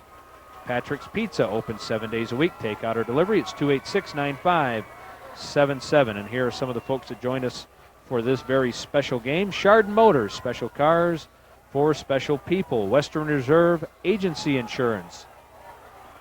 Cottage Pottery, gift shop with pottery and other crafts. Exclusively You, Sport Rack for all embroidery, school, and team clothing. Weidig's Floral, for all your floral and gift needs. Sage's Apples, homegrown fruits and vegetables. Thrasher TV, Radio Shack and RCA dealer. Fraternal Order of Eagles, Area 2261. R&L Design Builders, 285-3671 for all your construction needs. The Meadows, Townhouse and Garden Apartments in scenic Chardon Village, 286-3653. And by Best Sand Corporation, Silica Sands and Gravels, 285-3132. Tonight's game is brought to you by GTV, local public service programming for Burton Township, Burton Village, Chardon Township, Chardon Village, Hamden Township, and Middlefield Village. GTV, we're here for you, and we were here for you tonight from Paul Brown Stadium. For my partner, John Walsh and Tim Kelby, I'm Craig D saying so long. The producer of GTV's Chardon Hilltopper Football is Dave Jevnikar. The director in graphics, Andy Baldonado. The director in grip, Jason Bednarski. Audio, Frank Swiderski. Graphics, Kevin Gibson. Tape and replay, Chris Reckner. The camera guys, Tom Clevey, Brian Stone Cold Travelick, Dave Levy, and Sean Calais. Grip, Mike Dees. Well, again, that's going to do it from Paul Brown Stadium. We hope you've enjoyed Chardon Hilltopper Football. Join us again on GTV for much more sports action as this year continues. For John Walsh and Tim Kelby, Craig Dees saying so long. The final again, Lebanon 27, Chardon 21. We'll see you next time on GTV.